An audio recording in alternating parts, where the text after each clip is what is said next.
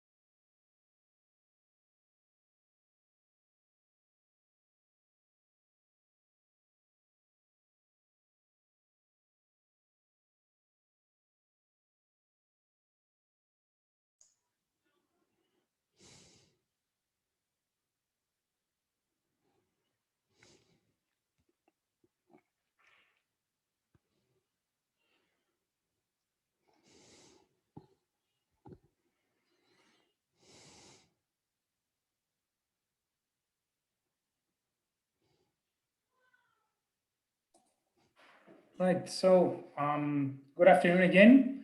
I would like to welcome you here from the virtual campus at the University of Cyprus to this online workshop on human-centric cyber hygiene in healthcare that is co-organized by the Horizon 2020 projects CUREX, PANACEA, ProTego, ASCLEPIOS, and SPHINX.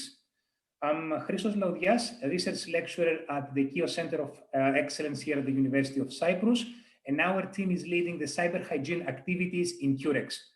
I will be your host today, together with Manos Panausis, and I will let him now introduce himself. Hello, everybody. I'm Manos Panausis.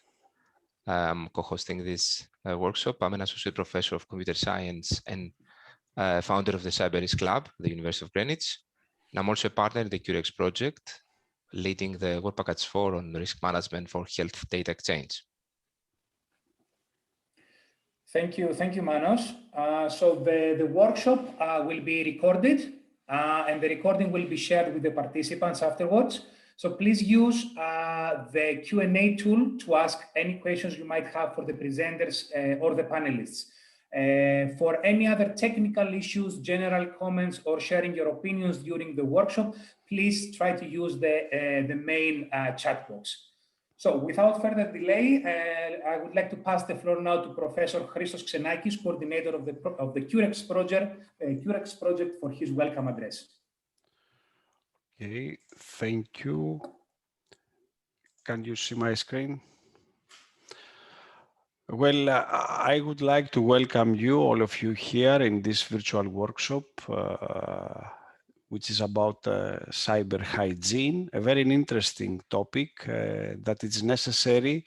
And day by day, I'm listening more and more about cyber hygiene, and especially in hospitals, but in other fields as well. I would like to thank Christos Laudias and Manos Panausis for their initiative to organize this workshop. And I believe it's a very interesting workshop. So my name is Christos Xenakis. I'm a professor in the University of Piraeus, and I'm also the coordinator of the CUREX project. As Christos and Manos say, CUREX is a European-funded project under the framework Horizon 2020, where we are a big consortium that CUREX consortium consists of 17 partners from 9 European countries. We have a representative from all Europe. And today's event, as Christos said, is about the cyber hygiene. This is an initiative of CUREX, but also we have the support, the active support of the project PANACEA, SPHINX, ASCLEPIOS, and ProTego. So I would like to thank the representatives and the consortia, this consortia, and I would like to say that we have created a very cluster, a very cooperative cluster that we exchange ideas, we exchange findings and objectives, and our high-level objective, we can say, is to go a step further, the cybersecurity in this critical sector, which is the medical sector, which is very important for our life. This is the agenda of our workshop, and without a delay, I would like to pass the floor to Manos Panausis and Christos Laoudias to continue regarding the workshop. Thank you very much, all of you, for participating in this event. And we'll have the opportunity later on to discuss during the panel about questions that you might have regarding what you are going to listen today or answers regarding cyber hygiene in the health sector. Thank you very much.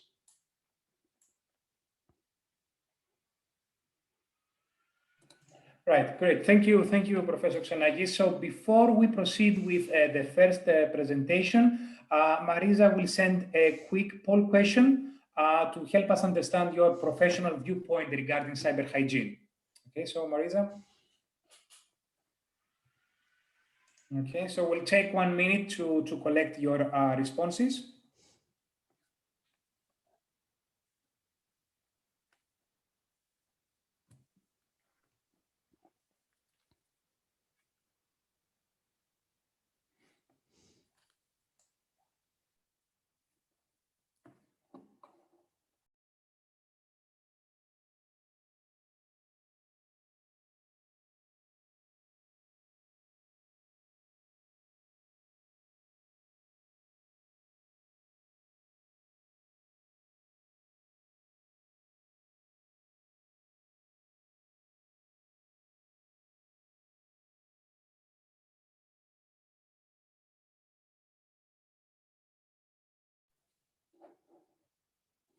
Okay, thank you. So I think we can now move to the first presentation. So Manos, you can introduce our first presenter for today.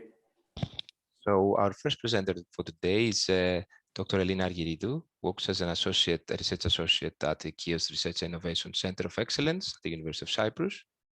Elina is a mathematician with a PhD in applied mathematics, and her research interests include mathematical and computational modeling, data and statistical analysis, and risk management and risk analysis. So Elina, you can start anytime you're ready with your slides. Thank you very much. I will share my screen.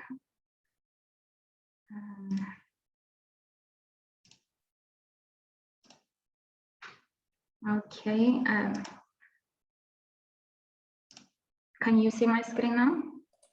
Yes. Yes. Okay.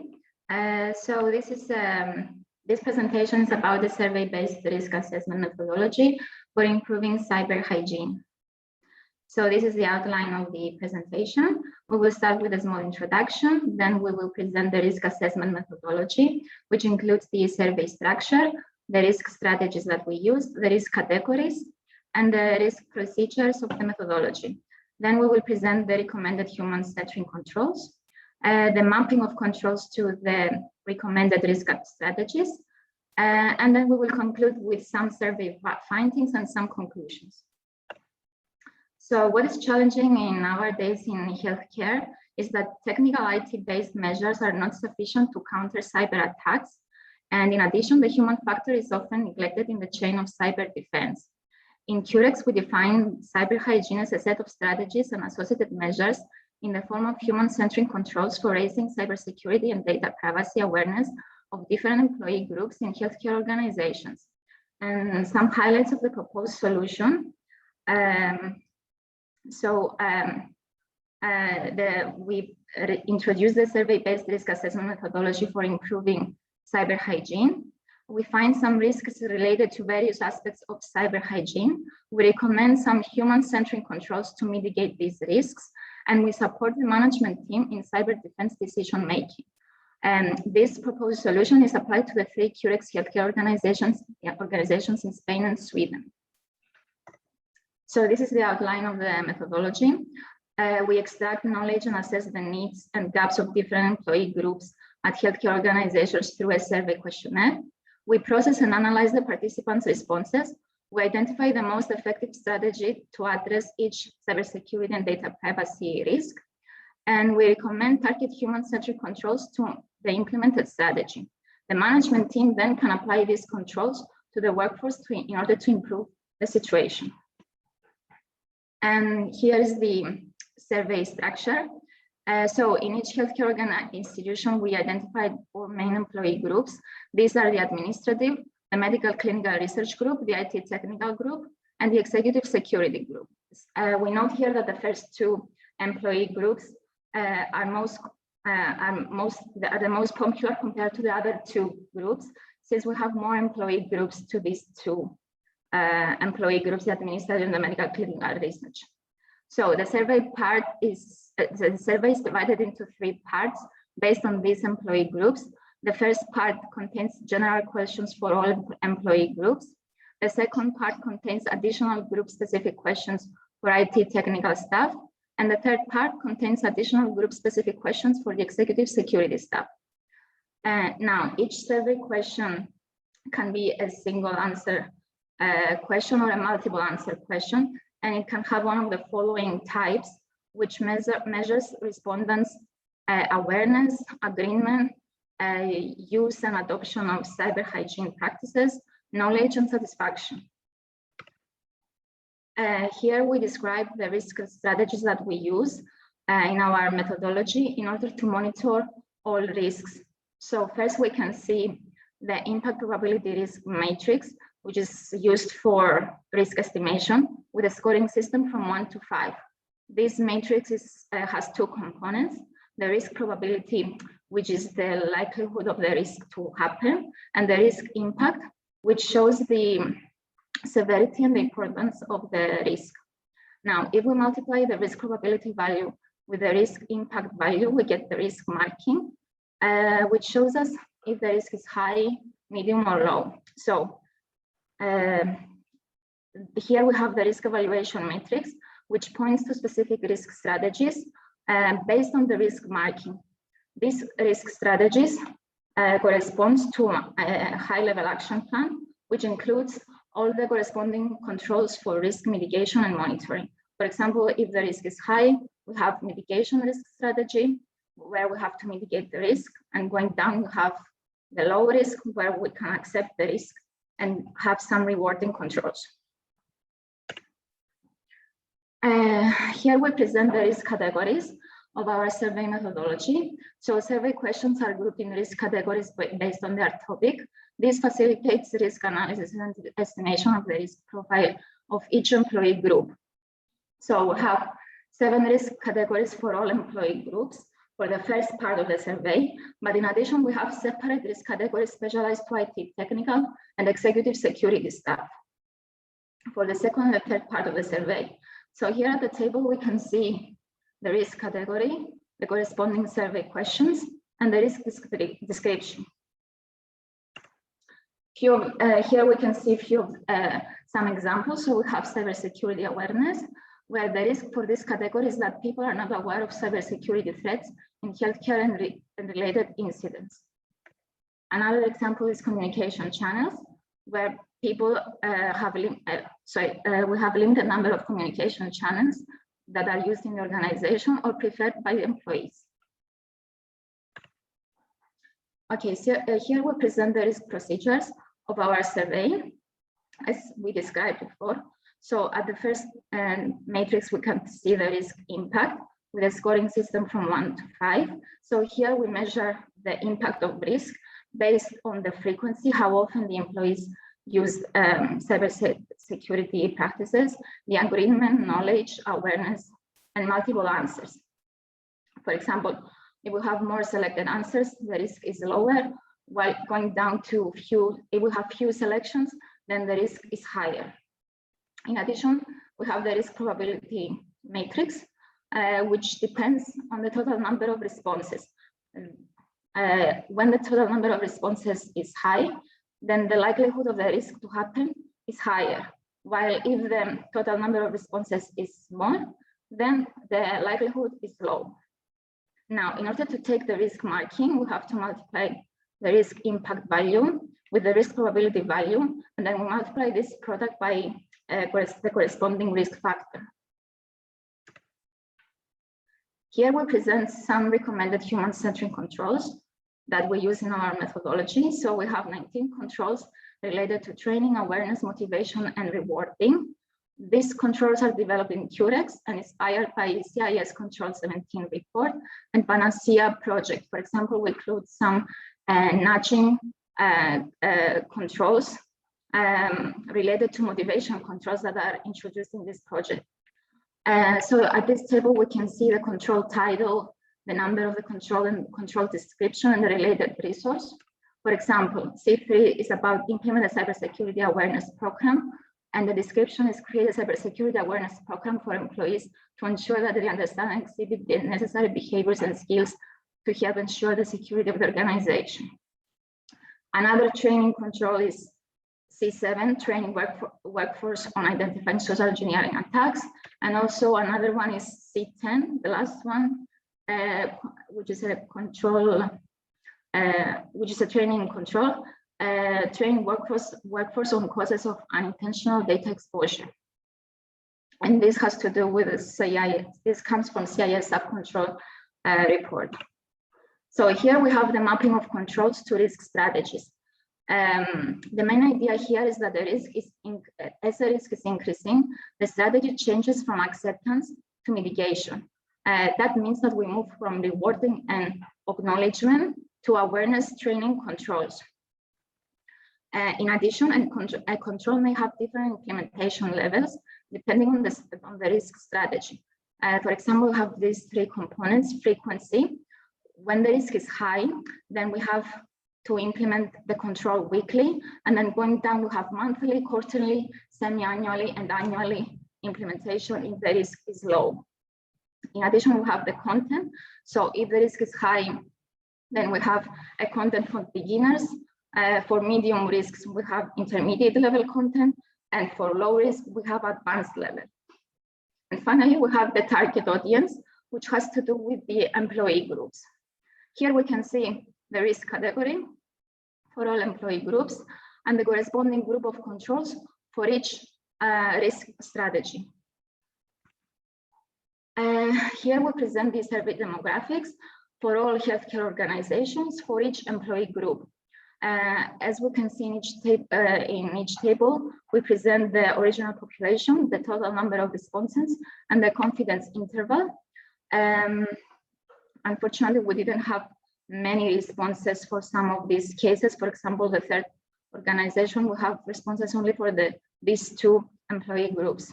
Just to mention here that this survey was planned to be released in March 2020. And we had some delays due to COVID-19. So the survey was reopened from mid-June 2020 to the end of September of the same year. And now I will present some survey findings for a specific healthcare organization. So this is for the second healthcare organization for all employee groups. What we can see here is that for most of the risk categories, most of the risks are medium and medium high. So the corresponding risk strategies are monitoring and reduction. In addition, we can see that regarding this risk category, the security, connection, and use of devices, we have the highest risk, and it comes from IT technical group. So for this case, the corresponding risk strategy is mitigation, and the recommended controls are this group of training controls and awareness controls, and this have to be applied on a monthly or a weekly basis for beginners. Here we can see some findings for a specific employee group, the medical clinical research group, for all healthcare organizations. So here we can see that cyber hygiene and data privacy and protection training have the lowest risks, which correspond to medium risk. So the corresponding risk strategies monitoring. And then we have the highest risk for communication channels. So all the healthcare organizations show to have medium high risks. The corresponding risk strategy for this case is reduction, and the recommended controls are this group of awareness and one motivation control. The awareness controls have to be applied on a quarterly or a monthly basis for intermediate level content. And finally, we have some findings for this category, the cybersecurity awareness for all healthcare organizations. So the highest, the administrative and the medical clinical research group show to have the highest risk, which correspond to medium high from the first and the second organization. So the corresponding risk strategy is reduction, and the recommended controls is 1 training and 3 awareness controls and 1 motivation control. So the training and awareness controls have to be applied on a quarterly or a monthly basis for intermediate level content. And we conclude with a summary of the findings. So administrative and medical clinical research employees at the third hospital have less high risk compared to the first 2 organizations. So employees from the third institution seem to have a better understanding of cyber hygiene. In addition, administrative and medical clinical research employees from the first 2 organizations have medium high risks in most categories. So this means that they need to adopt, these organizations need to adopt the recommended controls to raise awareness. In general, for all employee groups in the 3 hospitals, the lowest risk showed to be medium, and this was for cyber hygiene category, data privacy protection training, and data privacy protection awareness risk category. And the highest risk, which showed to be medium high, was for communication channels and secure connection and use of devices.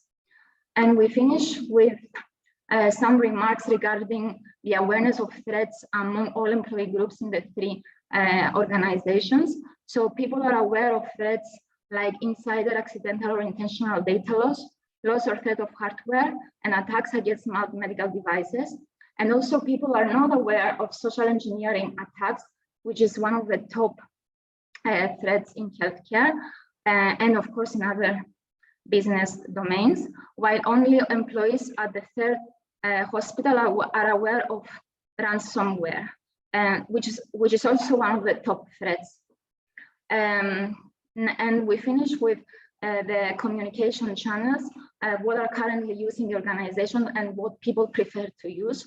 So at the first and the second organization, people use email and corporate internet, and at the third organization, people use email, online training, and information sessions during staff meetings are the mostly used. And finally, apart from email, all employees prefer to use information sessions during staff meetings, videos, online training, and in-person training. Therefore, the first 2 organizations need to introduce or better promote these communication channels. Thank you. Thank you, Elena. Thank you for the presentation. So we had one comment from our audience, attendees. So I think there is a criticism regarding having medical and clinical together with the research entities of the healthcare organization. Have any rationale behind this, having them all together in the same group? I think maybe Christos can answer this. Yeah, sure. Question. Yes. Thank you for the question. So yes, indeed, I absolutely agree with the comment. The fact that we decided to put the research employees together with medical and clinical staff was mainly driven by, let's say, the demographics in the three healthcare organizations that we had at CUREX project. So because of the responses and the employees that actually took the time to reply to the survey questionnaire that was sent out, it was decided to include researchers, even though we do agree that they are typically they work and operate under different legal frameworks. That's true, but for our specific scenario in the three CUREX organization, we thought that it would it made more sense to include them in one, let's say, as one employee group rather than introducing a separate employee group. Of course, applying it in a more, let's say, in a different case, of course, would mean having researchers separately from medical and clinical staff. Okay, thank you, Christo. I hope we cover our colleague here. So now something coming from me now, I would like to ask you from a different perspective, how could you see your work being combined with some threat-based risk assessment? So from my understanding, you are doing some kind of, I would call it control-based risk assessment, if I have to follow the NIST framework. How would you combine this then again with some actual threat-based risk assessment? Yes. Sorry if it's too technical for what you have done so far, but I think could be a nice extension of the work. Yes, so mainly this is a decision-making methodology. So we help, and it's also a human-centric controls. We recommend some human-centric controls.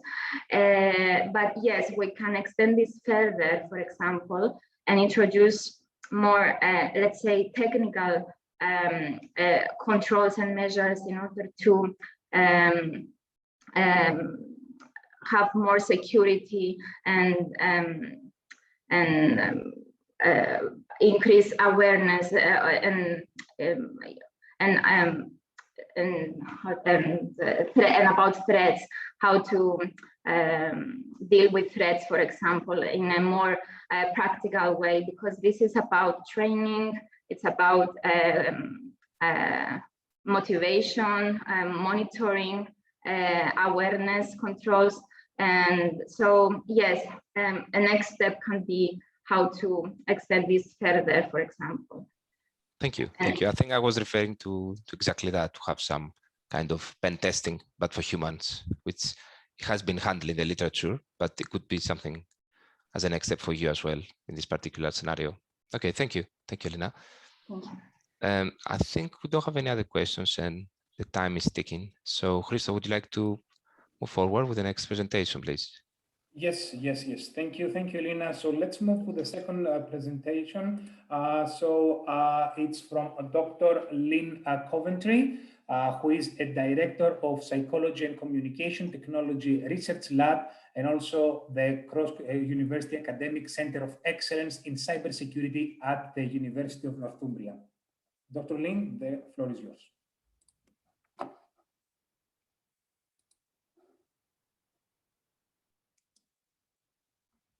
Is that showing okay? Okay, yes. Good afternoon. Thank you. Good afternoon. Today I'd like to quickly introduce you to the PANACEA project, and apologies to all the staff I'm not representing because I'm just really going to show the human aspects that I've been involved with. But we've taken a very holistic approach, like many of these projects, to understanding more about cybersecurity behaviors of staff within organizations. So let me first introduce you to the project. It's run by Gemelli Hospital by a senior medic, which is great for us to actually have the end users in control of this, with a number of partners from both academia and businesses. As a result of this project, we've developed a number of toolkits, a number of tools that address different areas. So we have a dynamic risk assessment tool. We have new applications for cross-border secure messaging and new biometric and smartphone authentication. We have developed governance models, an education package, and my work, which addresses the underlying reasons for poor cybersecurity behaviors. That is, if it's not awareness or skills that are the problem. So in summary, we've used a holistic approach to start to support the healthcare industry by improving information sharing, building formal models, improving governance, improving a design of medical equipment, increasing staff awareness and education, and developing a framework to help mobilize staff to prioritize cybersecurity and see it as crucial in optimizing patient safety. So why do we need this as a holistic approach? Over the years, there's been substantially more investment in the development of technology than there has been in security behaviors. This is consistent across all industries, not just healthcare. But the behavior of staff can render all the technology defenses useless. You might ask yourself why there is a problem if you've already got a security policy that tells employees how to behave. Unfortunately, it's not that simple. We know we shouldn't speed, but it doesn't stop us doing it at times. Just because staff are told what to do doesn't mean they'll behave like that. The same goes for education. Just because staff are aware of the problems and are taught how to use the security tools does not mean they will behave as expected. Simply put, if staff feel that security gets in the way of their work, they will find a workaround. It's not that they're being malicious, they feel perfectly justified in what they're doing. This can easily arise if governance or policy, tools, or process design have not taken clinical workflows into account or are difficult to use in themselves. So what are we talking about when we talk about workarounds? A workaround is any time a member of staff does not follow the documented protocol or deliberately takes steps to defeat it. Unfortunately, workarounds in healthcare are the norm. They may go unnoticed, or they may be perfectly accepted and taught as being the correct practice. For example, password workarounds are endemic in healthcare.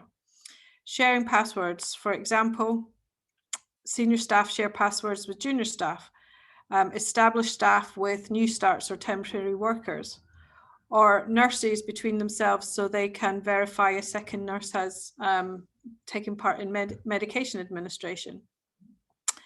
In terms of equipment, we may only set it up with one password for a device rather than one for each member of staff.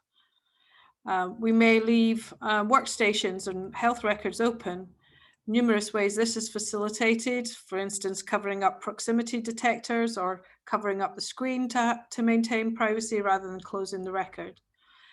Information may be shared in ways other than the official system, for instance, using smartphones and WhatsApp to share images and patient records rather than updating the health record. So what reasons do staff give us for using these workarounds? Workarounds empower staff to fit the IT systems and governance to their work practices rather than the other way around. Staff often perceive cybersecurity as an imposition that takes too much time and is counter to patient safety. Cybersecurity is thought to undermine teamwork, and constantly logging in and out of systems can interrupt the clinical workflow. There are other reasons this occurs, particularly if the workaround has been accepted by the institution for a long time.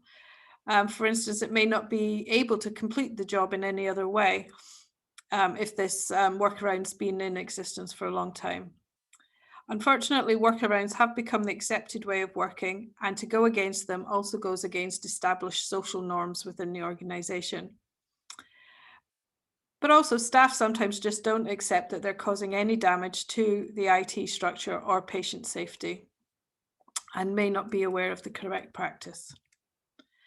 So in healthcare, we've reached a point where we have a distinct gap between how people are expected to behave and how they actually behave. There is a gap between the design of the tools and the reality of how they are used. There is a gap between what the security policy says they should do and the practice that we see within the organization. Gap between what they are aware of, and how they actually behave. And while good design, security policies, and awareness training are all necessary, they're not necessarily sufficient to change behavior. And to bridge the gap, we need to understand more about the underlying factors that drive behavior. And we need to actively involve staff in exploring the behaviors and agreeing the interventions needed to change what's become the established culture. So what types of interventions are we talking about, and how much control can we exert over behavior? It's necessary to think about the ethics of the intervention, and we'll see here what's described as the ethical intervention ladder. So if we take, for example, passwords, and we're trying to get people to create a more secure password, at the least intrusive level, we could just do nothing and hope that people will start using strong passwords, not very likely. Or we could bring in awareness training, highlighting how stronger passwords protect staff and how to create a strong password. Or we could redesign the password creation process, providing color coding to highlight how strong the password is and make the danger of weak passwords more salient by using red for danger. We could provide incentives, so paying you more if you have a stronger password that can't be cracked, or imposing a fine if IT can crack your password within a certain time. Or we could get more intrusive and start to restrict choice of passwords, not allowing weak passwords to be used. And finally, we could eliminate all choice altogether and provide you with a password. One of the interventions we're looking at in PANACEA is nudging. Behavioral nudging refers to techniques used to encourage people towards a preferred behavior. So in this case, it would be towards more secure behavior. The idea is to encourage the desired behavior while obstructing the less desirable, but not preventing the other behaviors. So we try not to restrict freedom of choice. While nudges may look simple, they can be very effective in influencing behavior change. Good nudges are timely, unlike training. That is, they're delivered at the point when the person should be enacting the behavior. So for example, eyes watching you when you go to use a computer, or a green card on your desk to highlight that you have stuck to the clear desk policy, or a red card if you've left documents lying on your desk, or a proximity detector that flashes and vibrates when you get up to leave rather than logging you out. So let's look at the toolkit that we've been developing. The toolkit provides a set of methods that can be applied in a flexible way to understand cybersecurity behaviors and workarounds within a healthcare organization.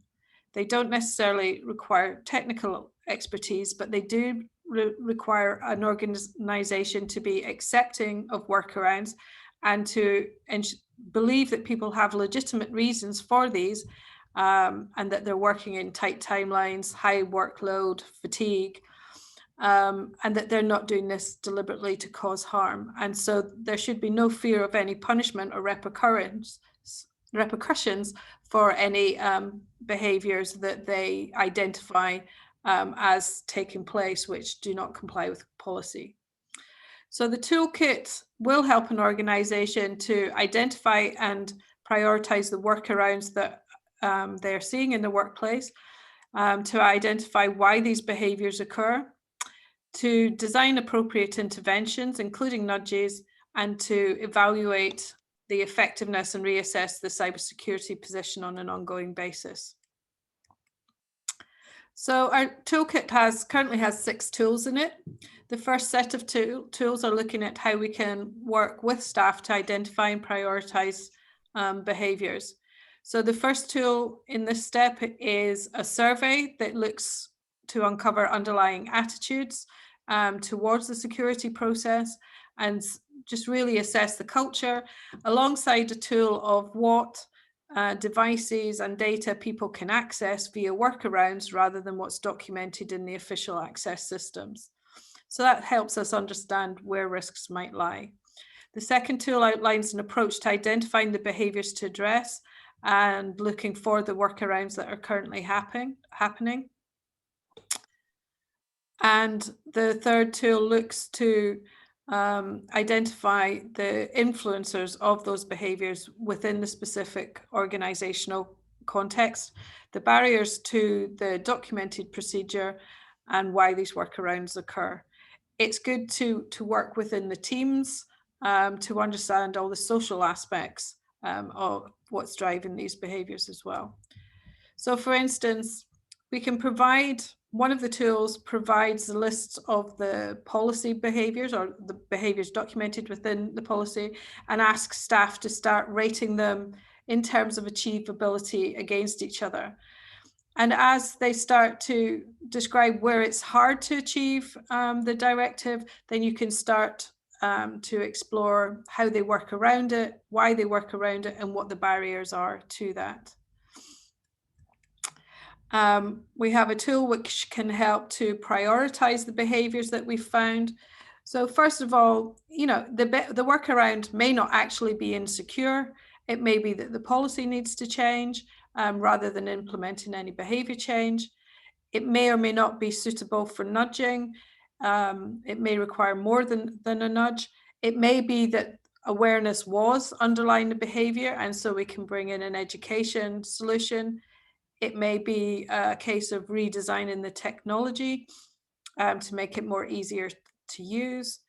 But alongside that, we can also assess which behavior is most important to address as a result of assessing the risk severity associated with that behavior and how widespread that behavior is within the organization. The next step is to look at how to influence the behavior to change and how it can be nudged. So first, oh, sorry, I've missed one.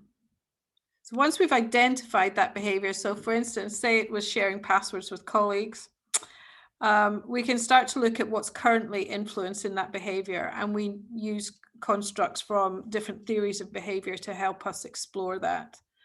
We can do that in a workshop. We can have cards showing the different influencers and asking the teams to talk around these. So this example shows some of the reasons that have been given why people share passwords with their colleagues. You can see here that their attitude towards it is very positive. Some staff don't think that they have any authority to change this behavior. They see it as going against the social norms, etc. So that behavior continues to happen in the organization. So the next step is to move on to looking at how we can nudge for behavior change and how we can influence the team. So firstly, the team should work together, and we have some tools to help them work together to identify as many nudges and interventions as possible. Then separately, these can be evaluated for how effective they may be, and we can develop a prototype of that nudge.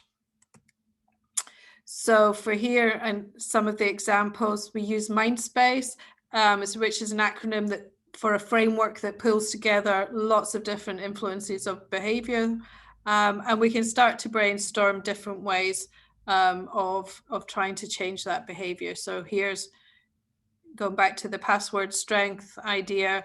You can see here we can use default or design nudges to change how they might approach password creation. Once the team has identified the list of potential nudges, we have a worksheet that we can use to decide which nudge to develop. We have a number of criteria here that can be assessed against each other so that we can work through which ones to try and prototype first. So you can see here things like technical feasibility, the time and ease of implementation, the financial cost associated with implementing that nudge, and how sustainable we think that nudge will be within the organization. So here's 3 examples of nudges that we have piloted within an organization that we came up with as a result of following this process within 3 different organizations. So we had a poster campaign to raise awareness of the need to log out. We had badges to increase awareness of social conformity with password behaviors. And we have a bit of humor here with the shark's teeth to increase the salience of the danger of using USBs without actually disabling the USB drives.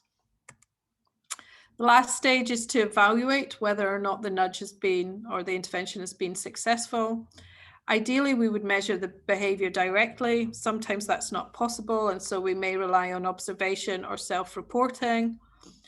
It is really important to run a pilot, because even if in the workshops staff are coming up with ideas, when you play these ideas back to them, they're not always as accepting of the ideas. So for instance, take the badges example. People in the workshop thought that disincentives were really the best idea, but when we prototyped the badges and sent them back, there was initial pushback that people would not like the negative framing and wouldn't wear a badge that said that they weren't conforming. Lastly, it's important to treat nudge development and behavior as a cyclic process. Behaviors and the effectiveness of the nudges will change over time. And so it's important that this is an ongoing process within the organization and becomes part of the culture to identify and address cybersecurity issues as part of patient safety. That's me, thank you.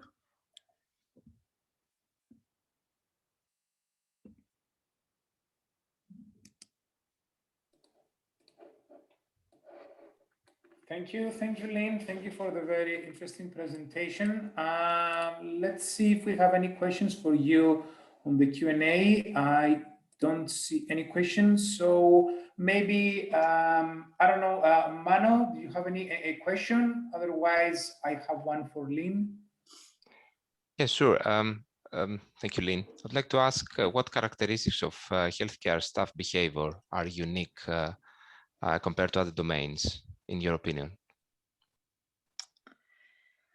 I don't think any are unique. The reasons for the behaviors are different from in other organizations. So I would say that password sharing doesn't occur in a lot of other industries in the same way. Mm-hmm. But it's the underlying reasons. It's the idea that it contributes nothing to patient safety, which I find most interesting. And that link between that link between the patient, the devices that are managing the patient's condition, the whole healthcare infrastructure, which could go down with a ransomware attack, and then the privacy of the data the staff are not quite there yet in understanding the role they play in that. Mm-hmm. Great. Yeah. Yes, I think it's clear. Yeah, that's very good. Christoph, please. Okay, thanks.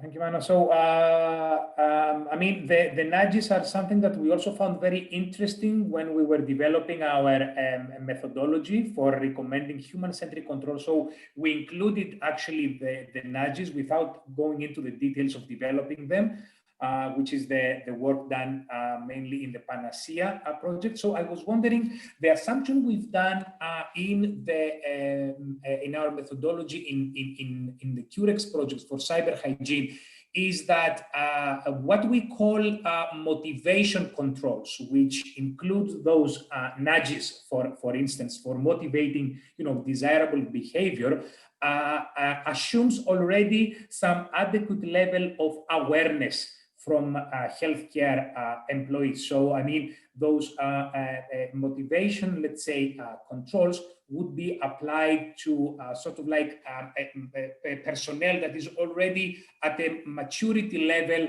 that at least has that adequate awareness. I mean, is this statement, I mean, do you agree, I mean, with this statement, or the nudges can be also, applied as, let's say, a first tool for raising, I mean, cybersecurity awareness in an organization? Yeah, it depends what you're trying to nudge, but and how you do it. So in some of the nudges, you don't need people to understand and to understand the technical reasons why, because the way you nudge the behavior, they will just naturally more likely to do it. The reason that maturity is important is that if the attitude towards the behavior is wrong, people will try and make social sense of what you're doing. So for instance, nudges may work in one context. Give, for example, in Sweden, they introduced payment for blood donors to try and increase the number of blood donors. And the number of women given blood actually decreased. And it was because they assumed that people would then think they were doing it for the money rather than for social good. So when the maturity comes in terms of attitude rather than knowledge, that people have to buy into what you're doing, or they will try and fight against it and find reasons why they shouldn't be, and then the nudges aren't as effective. But yes, if you designed something that's easier to use, then people will are more likely to use it without them having to understand why they're using it. So yeah, I use nudges to try and bypass education, but being aware of the importance of the sort of social aspects. Okay, thank you. I think I don't see any other questions, so maybe Manos, maybe then we can proceed with the. I have a question. I'm a panelist, so I'm not able to ask through the interface. Christos Danos, representing the SPHINX project. I've been following the nudging technique from the beginning, and I really like it. So my question has to do with applicability based on the profile of the person that is being nudged. I have a sense that, for example, doctors that are overcumbered with work on a daily basis are less prone to let's say, some sensitive techniques to be nudged towards a behavior model. Have you found a difference between what kinds of employees or demographics are differentiating the amount of effect that the nudging is having? Yeah, I mean, nudging is just one influencer that's at work at the time. One of the things I find with senior employees, and we find it in academia, not just in healthcare, is that they're seen as untouchables and that we mustn't upset them. And so often people won't try and apply these to the more senior staff. But in some cases, it's not possible to nudge the behavior because the behavior can't be changed. So for instance, I have a debate in the PANACEA project where they're bringing in biometrics so that you can't share passwords. But in some organizations, the senior clinical staff would not be able to be as productive if they couldn't hand off work to junior staff and to administrators. And officially, those people don't have access to the system in their own right. And it would need the law to be changed in the country for that to happen. So there's no point, in trying to nudge those behaviors when there's structural influencers that are much stronger within the organization. So generally, it's not about the person or the person's characteristics, except in terms of making social sense of how others will perceive them should they take on this new behavior. But it's about understanding if there's major structural factors. You can't always nudge if the good behavior is not meeting the objectives in the same way. Does that make sense? Yes, it does. Thank you. So with this, I think we can, thank you very much, Lynn. Thank you. We can move to the next presentation, which is from Dr. John Brian Pickering. John is a senior research fellow working in cyber psychology at the University of Southampton in the School of Electronics and Computer Science. His research is on trust in technology, and he works on ethics and data protection. He recently co-moderated the Legal and Ethics Working Group as part of the RDA recommendations on data sharing during public health emergencies. So please, John, whenever you are ready, please start your presentation. And welcome, of course, to our workshop.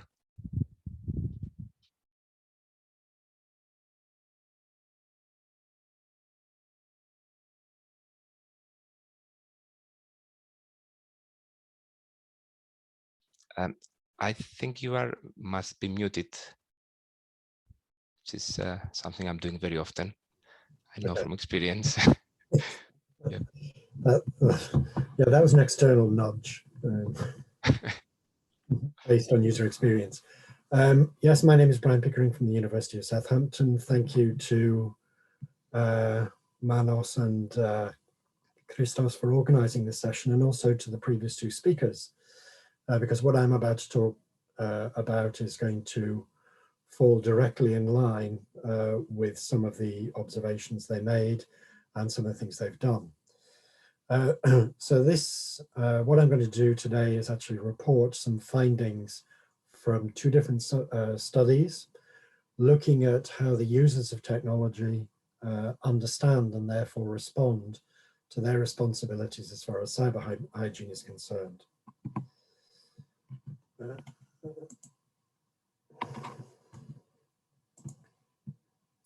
So ProTego is all about protecting data, but also raising awareness. And on the one hand, we have the devices which are used typically in a hospital, you know, the personal computers, the tablets, etc., and also the medical devices. But we also have increasingly distributed devices within an IoT kind of environment where patients themselves are interacting through a service with the hospital and the services provided in the hospital as part of their care regime. So if we just step back a little bit and think about the implications for this. So on the left-hand side, we have the service user. In the case of healthcare, that's typically the patient, but also the nursing staff and the clinicians themselves. On the right and at the bottom, we have the service provider who is responsible for keeping the technology going. And increasingly for AI-enabled technologies, we have developers or data scientists who are responsible for the actual development of the technology. Overall, overarching all of this, which I've called governance here, we have different bodies, and some of these are jurisdiction specific, who will regulate what the service provider can do and regulate to a certain extent what the developers can do, and certainly accredit the devices which they allow into the network. But of course, at each of these stages, we have a potential vulnerability, and increasingly so on the right-hand side of the first chart that I showed, as individuals are bringing their own device into the environment, then this will increase the vulnerability to any kind of attack. So basically, to summarize this chart, we have multiple different stakeholders, we have different actors or agents within the network. They have different expectations and they have different responsibilities. So what ProTego specifically is doing, and that kind of leads on from what Alina said to start off with, is look at the modeling from a system point of view, where we believe the threats to be, what the mitigations might be, and then overall looking at securing and protecting the data. Now, and this goes, this fits in with a little bit what Lynn was talking about. As far as technology is concerned, we're interested in whether the technologies we provide ultimately will be adopted in the long term. And there's a very classic model within HCI, certainly, the technology acceptance model. And the idea is that if something is easy to use, and Lynn mentioned this as one of the nudges, if it's really easy to use and if it's really useful because it's going to help me do my job, or achieve my goals, then I will probably make a decision that I'm going to adopt that technology, and I'm going to change those behaviors, if you like. And then ultimately that will lead on to the behavior itself. This right from the start, so the technology acceptance model goes back to about 1985, 1986. There are these intriguing external variables. Nobody is particularly specific about what they are, but social norms is one of them, as Lynn mentioned. But basically, to summarize on this, if we think it's a good idea, then the assumption is we will adopt and we will use, but there's no guarantee that we will do that. That's part of the issue, if you like. Θα πάμε μετά και στον Αγουστίνο. Sorry, Greek's not one of my languages. Yeah, if you can mute your microphones, please. Yes, this is another that happens in online meetings these days. It's live. Yeah. So I want to focus really on some of the external variables and looking at cyber hygiene, not only in a healthcare environment, but also in related environments, to see if we can start to tease out some of the factors which relate to that. Now, if we just think of where people are coming from, governance, very typically, we have the data protection regulations, which imposes quite a lot of responsibilities, legal responsibilities for protecting personal data. And of course, in healthcare, this is particularly important. But we also have ethical frameworks. I've been picking up on this because I get involved with ethics quite a lot. And ethics is not just about privacy. Ethics is about doing the right thing. And especially as technology moves on, regulators and bodies like the European Commission are becoming increasingly concerned. But if we also look at the other actors in our typical network, the private citizen or the employee may simply not understand, and that's what this awareness raising is all about, may not understand their obligations, but also the service providers themselves are actually overloaded. But they have to have expertise from a lot of different areas. They have to comply with all of these different instruments and the regulations. And in some cases, they will outsource their operations, and it's not clear where the responsibility lies.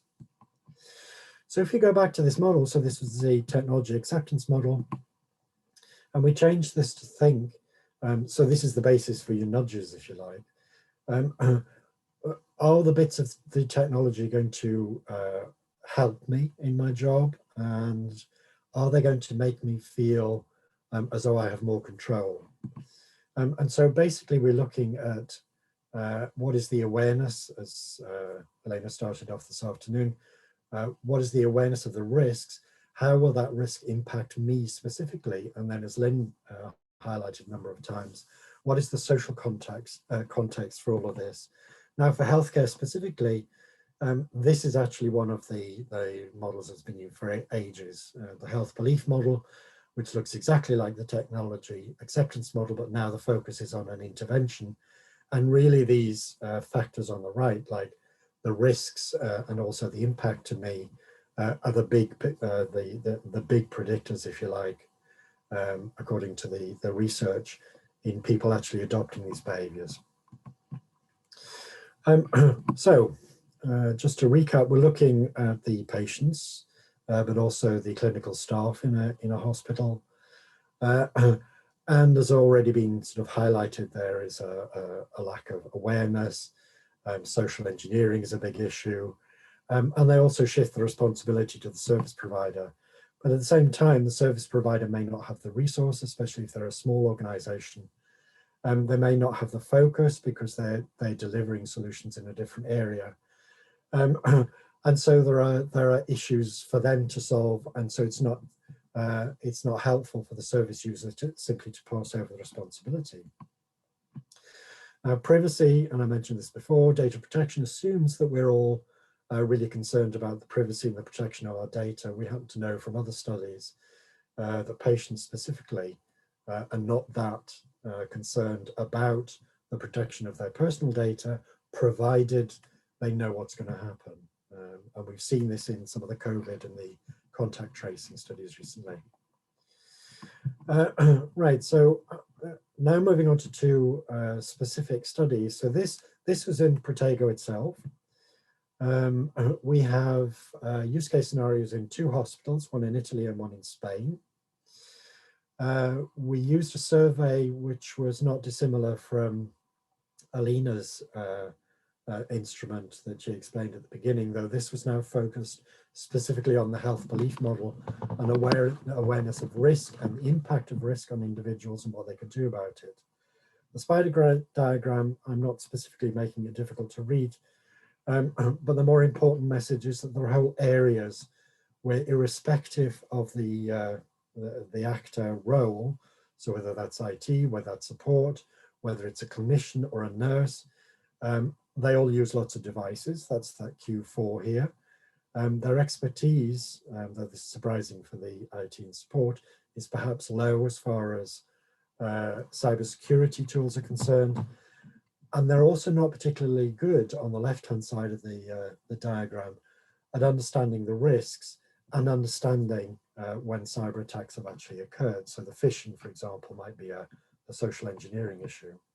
And if we look back at our original model, then we really have poor risk awareness and poor attack awareness in these cohorts of people employed by the hospital. So at this stage, we're just looking at the employees. This is not good, of course. Yes, we may say we can sell them lots of training, but to suggest that they're not aware of the risk and they're not aware that attacks actually take place and they are vulnerable to those attacks would suggest, as far as the health belief model is concerned, that they won't adopt the new behaviors. So they won't take on the nudge. And I'm not specifically disagreeing with what Lynn said, but this is a further angle on it. What's been mentioned a couple of times is ransomware. The WannaCry attack a couple of years ago was a typical example. It brought the NHS in the UK to its knees, not because it was a particularly sophisticated attack or there weren't the tools to actually deal with it, but rather that staff did not behave the way they should. And in fact, a lot of them just turned off the machine, which was the worst thing they possibly could do. A second study, which is outside ProTego, but it's taking the knowledge from ProTego and using the same knowledge. We looked at 4 SMEs. So these were people that would typically develop technology that would feed into the hospital system or other systems where you've got sensitive data. Again, we're using the health belief model and looking at the awareness of the risk, how that would impact them in their jobs. The domains we looked at was finance, because everybody's worried about their money, utilities, healthcare, obviously, and then automotive. I know the automotive case was about self-drive cars. So we would expect that if they understood that the impact of a risk was high for them, if they also knew that other people around them were suffering the same things and could do something about it, then that would give them the confidence themselves to actually engage with the nudge, with the intervention, with the tools that we would provide. What we actually found was that there was some risk awareness, but the attack awareness was not that great. And part of the reason for that was they assumed that the responsibility lay somewhere else, sometimes within their organization, but if they were outsourcing what they did, and we find this, especially in the NHS, if they're outsourcing, then they assume that this other body will actually take responsibility for that. As far as the social norms are concerned, there was poor communication within an organization itself to identify that there are issues and we should be looking at it. And there was poor communication, but there was poor motivation to engage externally with other people in a similar industry because they didn't want to show that industry that they were vulnerable. And so basically we need to come back to, okay, we can provide a nudge, we can raise their awareness, but really what is the motivation behind all of this? And so on the 2 studies, one within ProTego itself, then taking those findings and applying it into another H2020 environment, Awareness raising is not enough, and we've already seen this. Lynn picked up on this. The tools themselves are not enough because, of course, if they're not prepared to adopt the tools, if they don't believe they need them, then they're not going to use them. Adoption is not guaranteed unless we get all of this right. And so one of the takeaways is that an individual needs to understand their own responsibility. Now, the question to Lynn was about, will the clinicians do this? Well, of course, the clinicians, their expertise is in dealing with the health of the patient. So they may not see it as their responsibility. However, healthcare staff in general are motivated because they have this altruistic, this vocational calling to help people. So motivation to engagement and the feeling that I'm in control and I can do something about, from these studies we believe to be the more important things. And then finally, and this goes back to my psychology background, the motivators have to be what's called intrinsic. External motivators, and I'm being contentious here, such as salary payments, and we had that with the Swedish women in blood donating, tend to be short-lived. This goes back to a theory of self-determination, are short-lived and don't necessarily nudge people in the right direction. Intrinsic, where I have buy-in and I engage and I believe this is important, that's when we will start to get the engagement. So thank you for that. If there are any questions, I'm happy to take them. I've given you my email address there. And this is a paper which I've just submitted that kind of brings all of or a lot of these issues together. Thank you. Thank you, Brian. And I think we don't have any questions from the audience, but I have one question for sure here. I have two questions actually, but maybe someone else from the panel wants to ask you something. Again, in your opinion, like I asked Lynn earlier, what is the biggest impediment to adopting the desirable behaviors, let's say, in healthcare? Right, in healthcare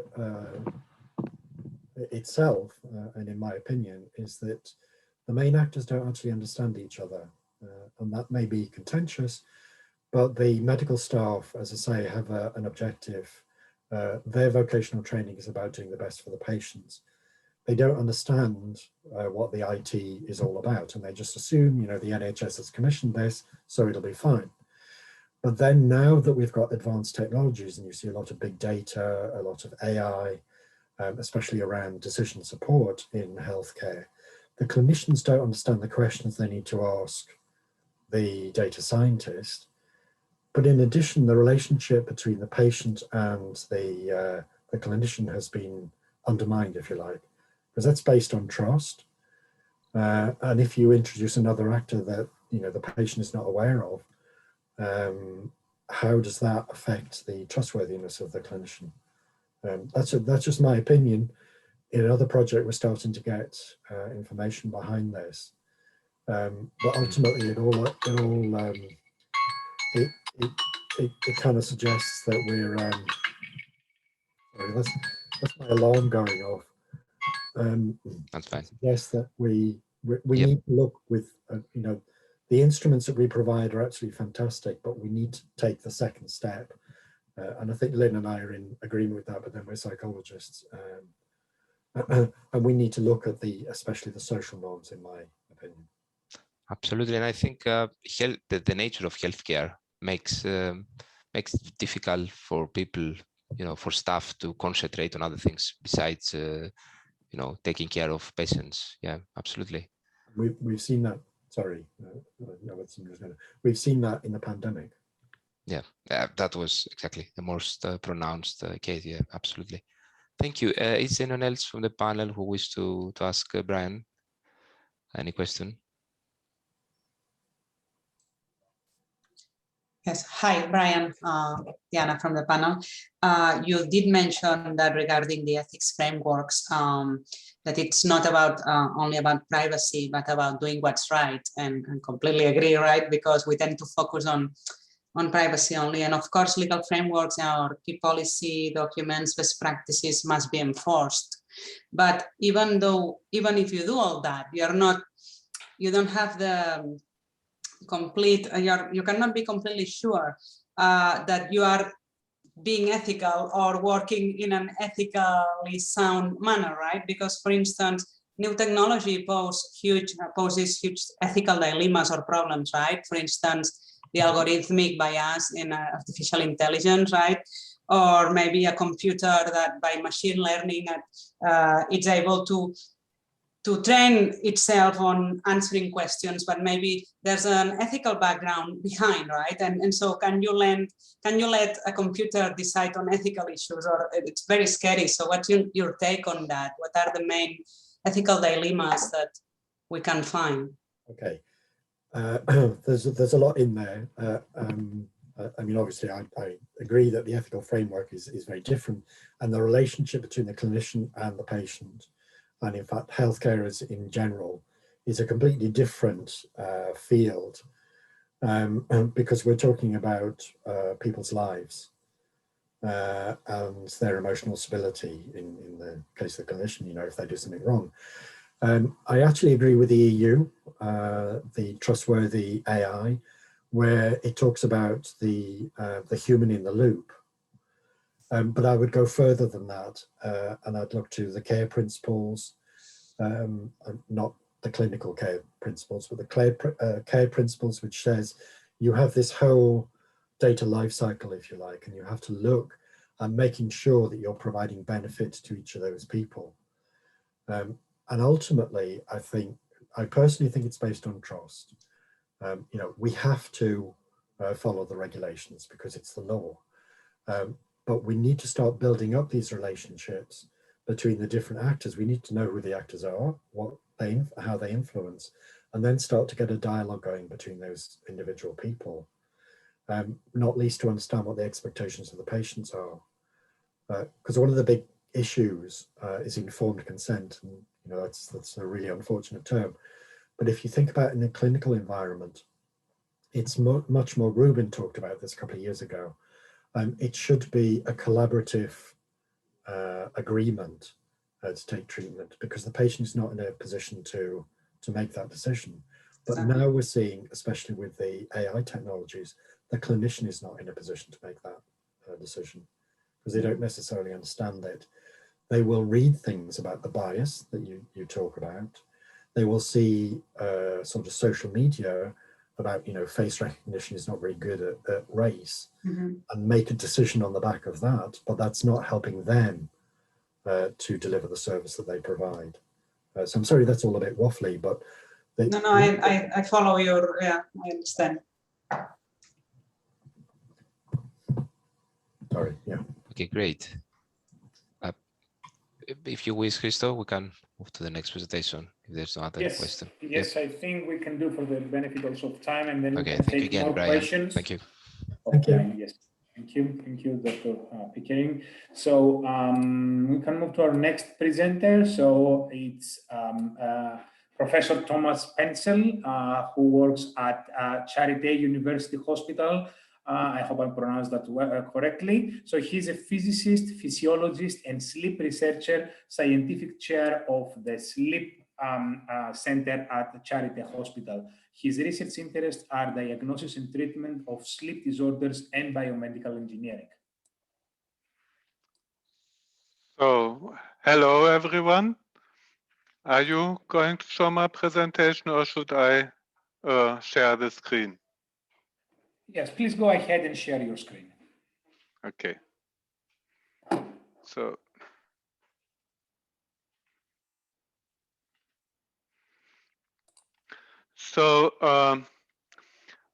compared to the previous presentations, which were a little bit like a helicopter view on the problem, I'm working in a division of sleep medicine, and I would like to dig you in this use case. So my presentation is something like a use case of the specific problem within the hospital and within security. And with that, I will show you what our work is, leading you in, and then leading you out with the security issues again.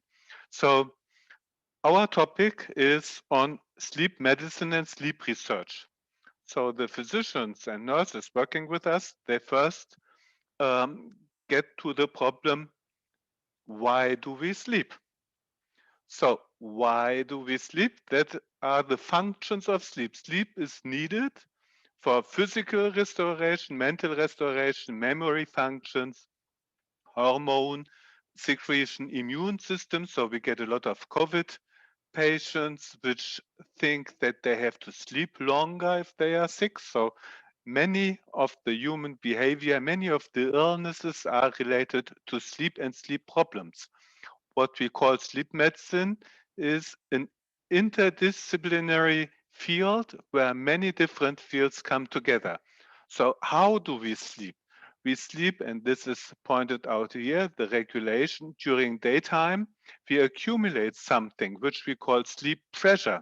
And during sleep, we recover to regain physical functions and to regain mental functions. If we sleep too short, we are in a bad mood. So this is strongly related to that. If we sleep too short, there are other problems like performance problems. So everyone needs enough sleep, and sleep disorders may be a problem. So sleep disorders in general, we distinguish different groups, major groups. So there are people which do not sleep, which have problems in falling asleep, and they worry, have a lot of problems, and maybe it's stress, maybe it's light in the evening or noisy environment, or just coffee. Or other problems like a cancer patient cannot sleep due to pain or due to worries. So this is insomnia. And then we have a different group of disorders which we call hypersomnia. That are people, even if they sleep long enough, they do not get awake enough. They fall asleep at the wheel. So they cause problems with unintended falling asleep during monotonous tasks. There are a lot of problems like Chernobyl or like maybe 3 Mile Island, where the supervision personnel did fall asleep during daytime at monotonous tasks. And this was often due to a problem which occurs during sleep. So some specific sleep disorders, they interrupt and disturb sleep, so sleep does not perform its function of recreation.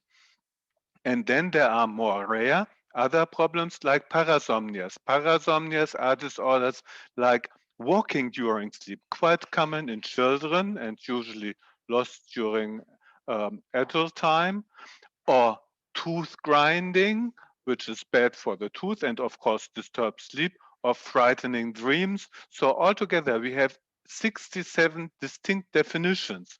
So if patients come, the process is to find out which of all these sleep disorders they have and how can we treat them. How is this done? Well, as in other fields in medicine, there's a diagnostic procedure. The diagnostic procedure in sleep medicine is called sleep lab. And there we do cardiorespiratory polysomnography. There's a manual which explains exactly what to do. And what you do is we record sleep. Sleep happens at the brain. So we record the brain waves. Well, there are some disorders like moving legs during the night. Therefore, we record the leg movement. There are other problems like snoring, so we record snoring. And the heart may go wrong, so we record the heartbeat, the ECG, and respiration, because there's this common problem of sleep apnea with a lot of respiratory cessation. So all these different signals, so multimodal recording during sleep. And of course, we record video, so we observe the patients. Video with the face is of course also a security issue. So continuous video recording. So a sleep lab looks like this. There's a patient somewhere. It's always a single room because the snorer should not disturb the person who cannot sleep, of course. Then the equipment hooked up to the patient, and then somewhere there is a nurse or a technologist checking this all night long. This is the standard sleep lab. Of course, as a big challenge, and because sleep disorders become more prevalent, there's a desire to do home sleep testing. How can we bring the lab, maybe with less sensors, to the home? This is done for the most prevalent disorders like sleep apnea, where the respiratory problem is the main problem. Or today, many of us, they have smartwatches or smartwatch apps, which also allow to record some type of sleep. So how could we, as a medical discipline, make use of what is used in these kind of modern tools? So I show you how those home sleep apnea testing recorders look like. This is quite common, like long-term ECG recording or long-term blood pressure recording. So we have developed tools, small devices, which are given at home. So the patient uses them and brings the data back, or they may be sent back through the internet, through some kind of wireless or wired link, another kind of data transmission in our field. So smartphones, this is a challenging tool for the diagnostic assessment. Nowadays, there come patients and say, hey, look, I have an iPhone and the iPhone tells me I have these sleep problems. So what could a physician in the sleep lab do with this kind of information? Can he get access to it? No, usually it's just the phone with the patient showing it to the physician. So there is no link. Of course, we are thinking of how to establish links between those consumer devices and the medical environment. Another security and safety issue, which is not solved until now.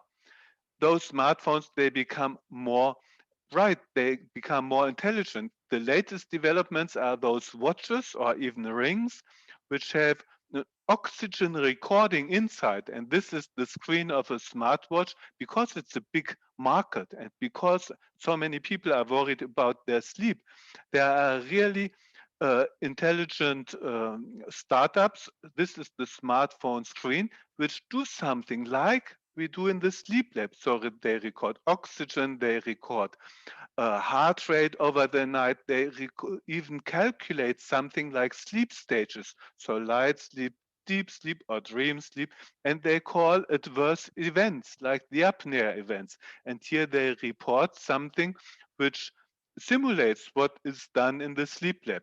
So smartphone devices, and they become more mature and try to compete with the traditional kind of diagnosis in the sleep lab. Of course, they are not all validated. There are even some devices which do contact-free recording with radar technology. So no sensors attached at all. So this is how can we make use of that? That may be long-term sleep recording over weeks, maybe in the senior home or in the geriatric environment. All these technological challenges are come into place. So what do we have? I'm working in the EU project ASCLEPIOS, where we try to look for the different ways how to make security to different data. So what we do have is outpatient sleep center, we have telemedicine support, we have the in-lab sleep lab, patient home, so different parts. And then on the other side, we have the sleep specialist, so the physicians who do the diagnosis. We have the sleep research, which looks for new devices and how to integrate that. And of course, a lot of education of health professionals, so the nurses, but also the GPs, the general practitioners, because they are the first one to do that. Within sleep medicine, because it's a new field, we do a lot of data sharing and quality assessment, and for that, a national system for exchanging data had been installed. So that's the first what we have done. And this data sharing used the XNAT environment in order to share both data and the annotations, because linked to it are the annotations. All those sleep experts, they look at the traces recorded in the sleep lab and say, look, this is deep sleep, this is light sleep, this is a sudden awakening, and there's some tooth grinding, or there is some leg movements. All these events which happen, they are annotated to the signals in order to relate that. So now coming back from those things, what we are thinking about security in this specific use case environment. the doctors, they are afraid of attackers viewing and manipulating the patient notes because the patient comes and says, look, I cannot sleep. Maybe they have done a diary. So that's what the doctors are afraid of, the patient notes and what is then noted. The hospitals are afraid of attackers which manipulate the hospital resources, like the beds, the staff availability, because sometimes now in COVID times, some of our employees, some of our doctors got COVID, they are at home. So capacities are lower. So we do not want to have other people seeing the threat on resources. Hospitals are afraid of attackers manipulating the IT infrastructure, that's accounting, the healthcare records, same in intensive care and in radiology.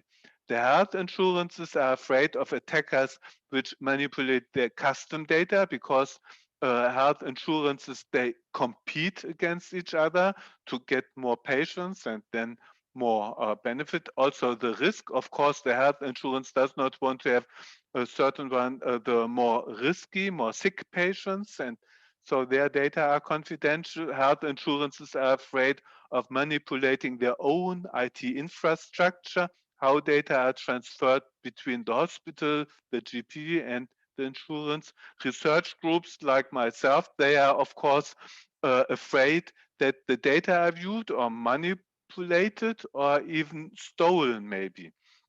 So, but also the patients have security concerns when they come and when they report about their problems. They may be afraid of losing their job. So they are afraid that attackers view their individual reports because they are just confidential to their doctor. Patients are afraid that notes are employed with the employer. Patients are afraid that the attacker may make visible to other doctors. We have some patients who suffer from not sleeping, insomnia, and they go to several doctors in order to get sleeping pills. And of course, they don't want us to know that they got sleeping pills from another doctor as well. So patients are afraid of attackers viewing and manipulating the bills, of course. So these are the concerns. So trying to summarize that, the attacker can create and manipulate the functionality via a web interface. That's where the partners in ASCLEPIOS are concerned with. Attackers can upload files to the servers, like from the smartwatch maybe, and that could be malicious software, and they could by that steal other information, or a user can view information in the projects not being a member and data not being implemented properly. With that, I show you all this is done within the ASCLEPIOS by trying to make searchable encryption and being available all the time. So this is more the other partners in the project. And what we do is cloud storage of the encrypted sleep data, all. So the signals, the annotations, and the patient notes. So all the different data should be encrypted and stored in the cloud. With that, I come to the conclusion. We have medical diagnosis starting with the interview, then testing, analysis, and archiving, because these are chronic disorders. The patients come back again and again, so we need to follow them up. Then there are consumer concerns given by the doctors, the hospitals, and the health insurance, and there are security concerns given by the patients, the clients. So finally, new technologies like smartphones and wearables are important, and the ASCLEPIOS can provide a solution. Thank you for listening to this presentation, and I'm hearing to questions.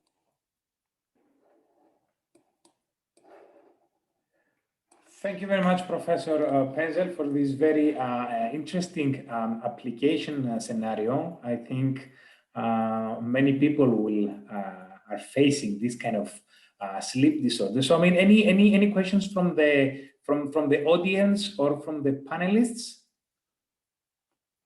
before I move on with a question I have?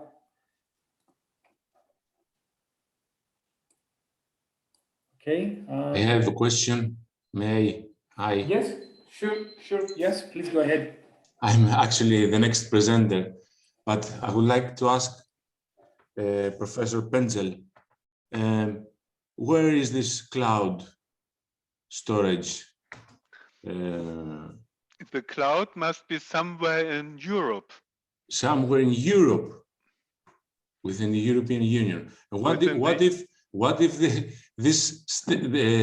the place that actually is in a state that then decides to leave the European Union? What happens next?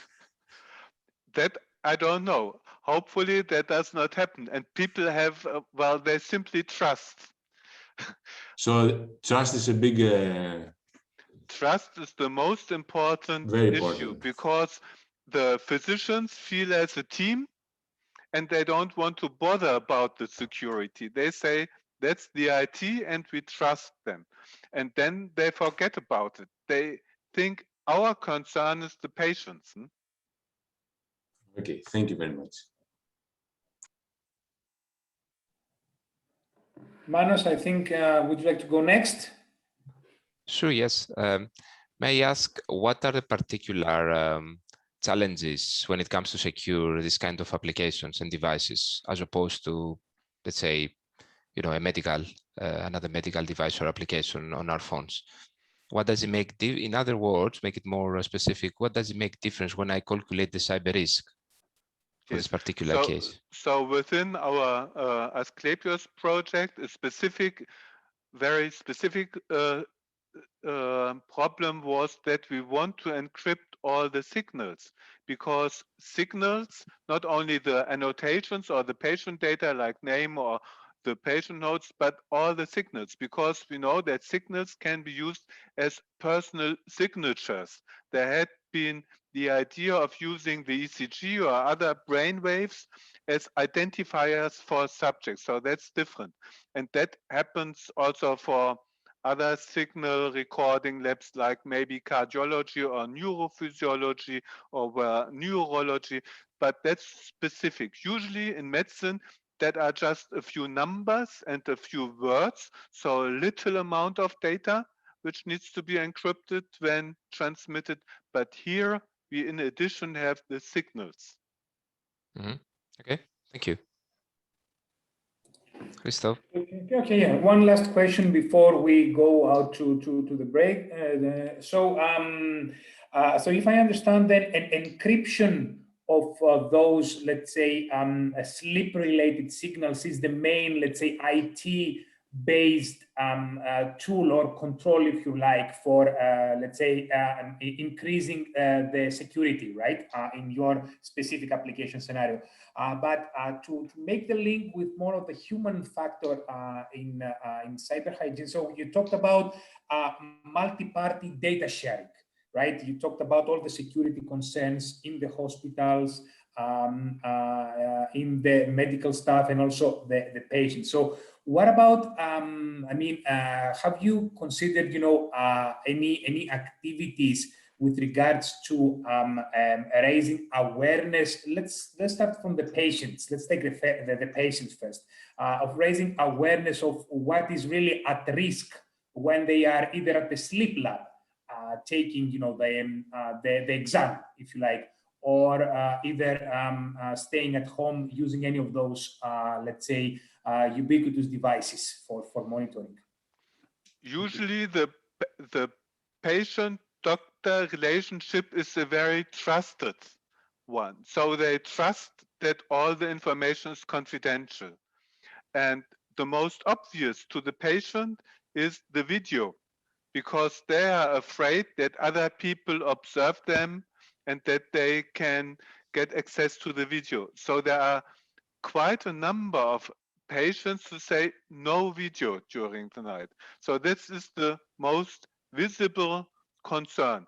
And then data sharing should be with a GP, maybe with a physiotherapist, all those who, because it's chronic, who treat the patient over the coming year, maybe with the pharmacies who give out the drugs.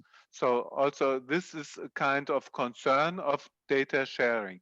Within the hospital, within the GP VP office, there is no concern usually. Okay, okay, thank you, thank you. Okay, so I think we can now move to the break. Okay, so it will be a bit shorter than originally planned, but I think we can resume at let's say 3:45 again in order to stick to the schedule. Okay, so we will see you all back in approximately 5 minutes. Thank you.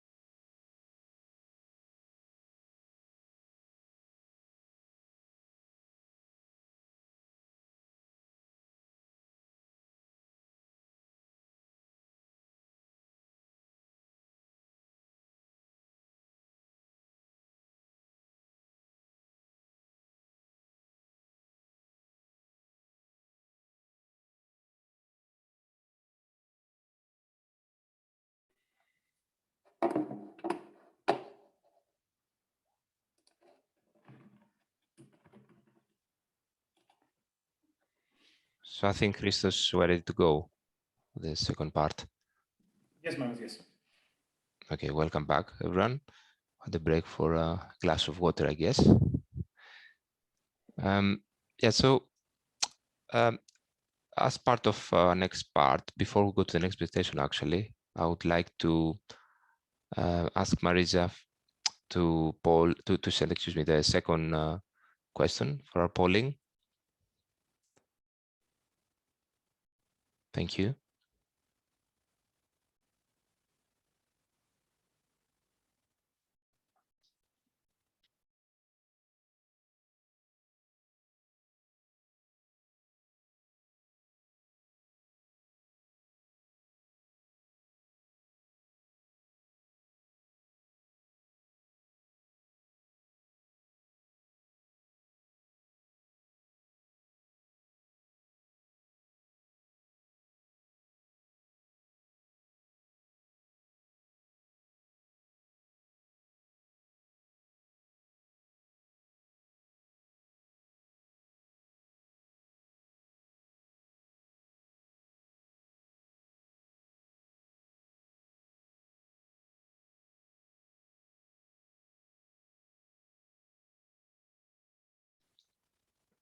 So our next presenter is, you can, of course, keep voting while I'm presenting the next presenter, who is Athanasios Tsikas. Athanasios is the Chief Information Security Office and Security Officer of the University Hospital in Larissa. So I think, Athanasios, when you are ready, you can start your presentation. And thank you for attending our workshop. Hello, everybody. I hope you can see my screen. Oh, what's this? Oh, the results. Only. Yes, so that's me being in a hurry to start the presentation. Okay, I'm Athanasios Tsikas from the ICT department. I'm the CISO of the University Hospital of Larissa, Greece. And we are participating in the SPHINX project, that is a universal cybersecurity toolkit for the healthcare industry.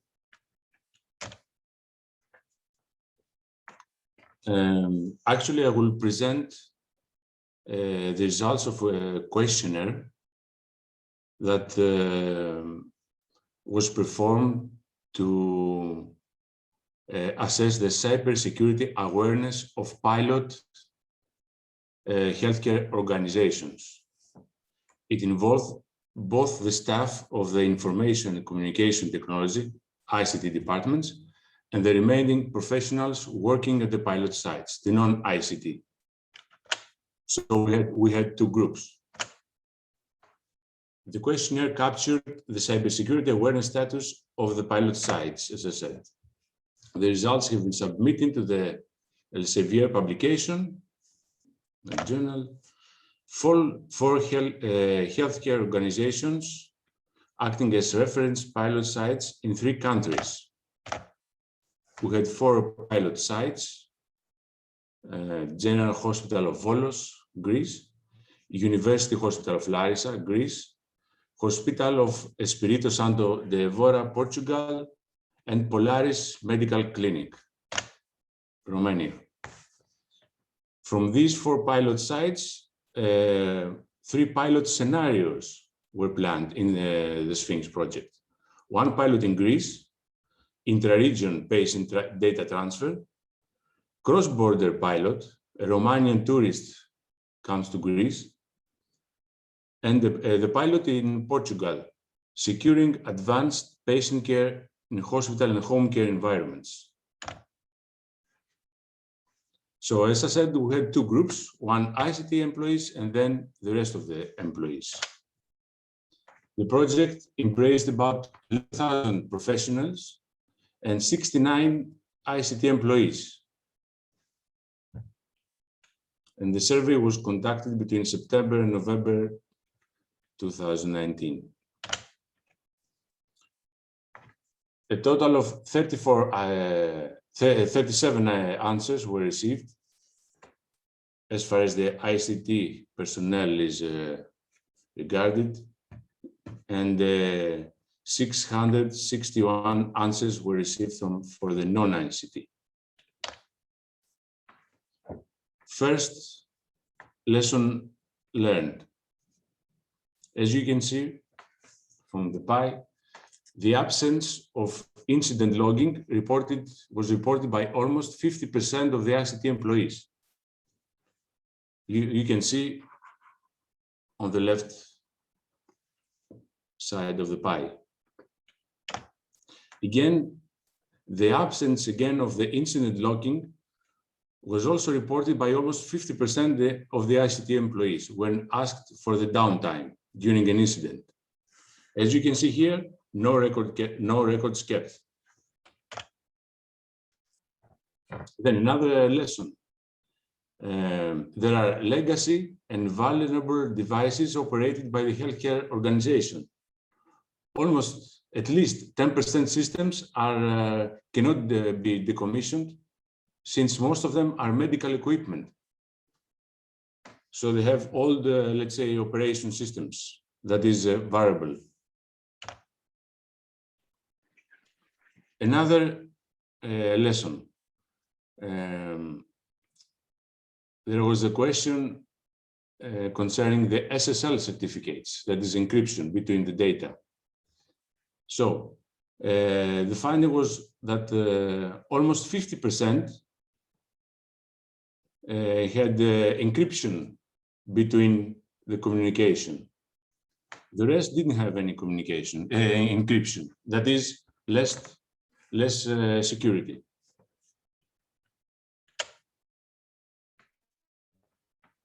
Furthermore, ICT employees are not aware of the enforced national legislation.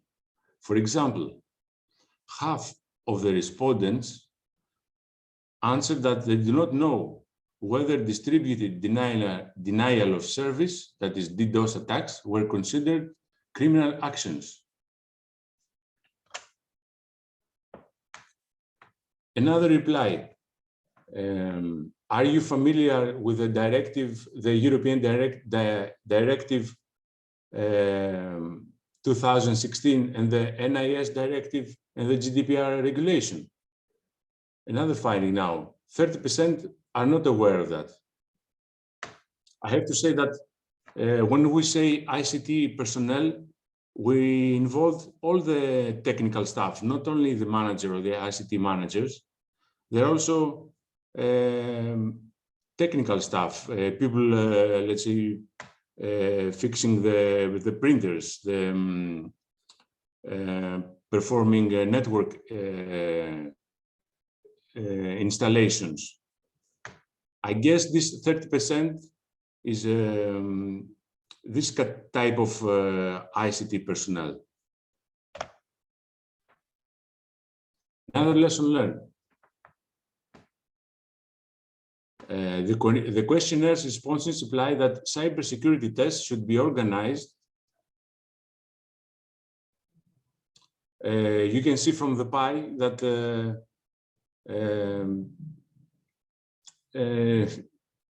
not many cybersecurity tests have been performed during the last 2 years. In fact, most of them are absent. Another simple question, is there any cybersecurity department in your organization? I guess also in my hospital, the answer is no. We combined the data because Polaris is a small hospital, so we combined the data with DP5. DP5 is the organization that monitors the Greek hospitals that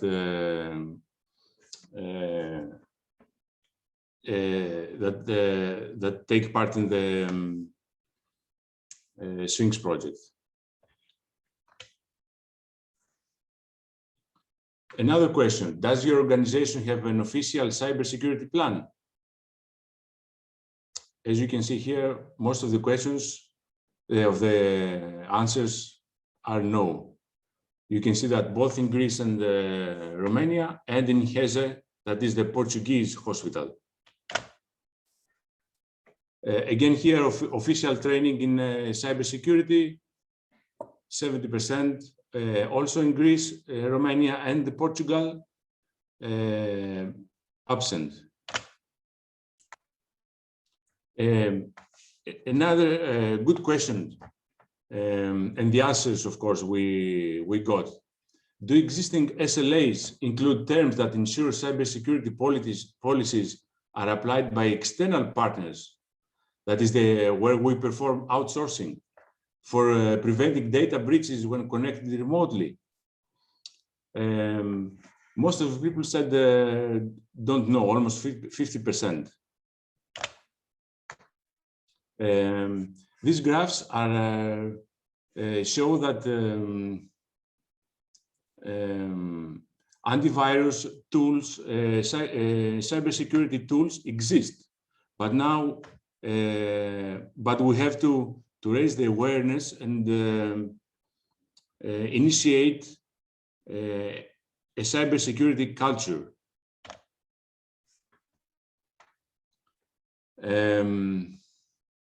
This questionnaire led us to think of another aspect of ICT. As the previous presenter said, doctors are very important, their opinion. And you can see from these statistics, the ICT personnel in Portugal, Romania, and Greece is lots below of the EU average. So there is a lack of ICT personnel in the hospitals.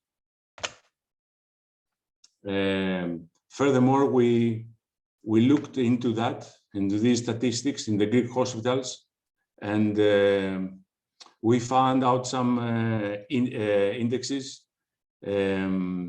For example, there's ICT employees per 100 hospital employees, 0.42%. And DP5, it is 0.55% in the hospitals.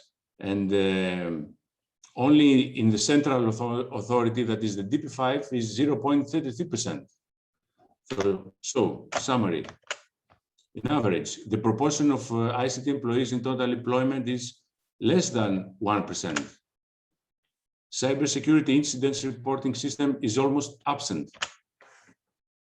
No records are kept. Also, this is useful for forensics. Firewalls and antiviruses are installed. Not all ICT employees have the same training and awareness. Cybersecurity departments do not exist. Legacy but vulnerable devices are in daily operation. Actions. We have to increase the level of cybersecurity awareness. Trainings and workshops are important. And we have to introduce methods, tools, and cybersecurity procedures, and possibly the creation of cybersecurity department. Now, I move to the non-ICT questionnaire. We had 661 answers. This revealed that respondents were not confident about their cybersecurity awareness level. More than 50% are not confident.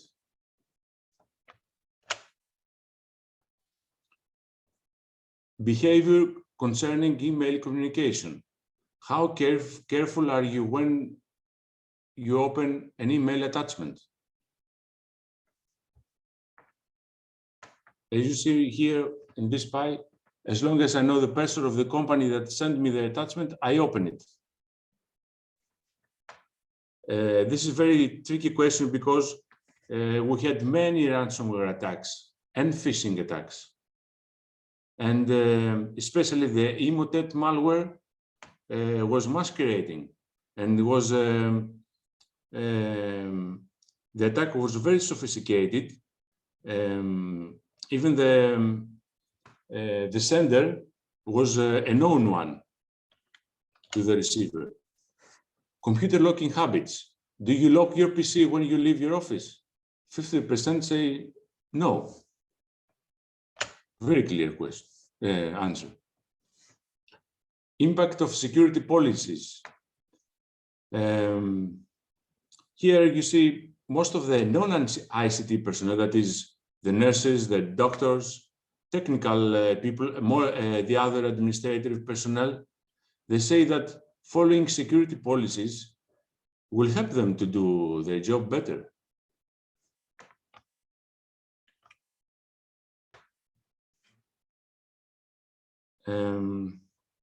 Very interesting, another question that most of you know. Have you provided your password to your colleagues or your manager? 30% answered yes. You can see this in all these, the three, the answer was almost similar to all the three different hospitals. Have you ever found a virus or a Trojan at work? Almost 20% answered yes in all the three hospitals. Is the antivirus currently installed on your computer? Almost 10% answered no. This this answer states that tools exist, but the behavior of the personnel towards cybersecurity has to change. Do you have cybersecurity policies at your hospital? More than 50% in total do not know what is a cybersecurity policy. They cannot perceive that. What is a cybersecurity? I think it's the same as they cannot perceive what is a social engineering attack. This is a very I'm not going to analyze these graphs, but this shows that we extracted data for age, the gender, the education of the non-ICT personnel, the position.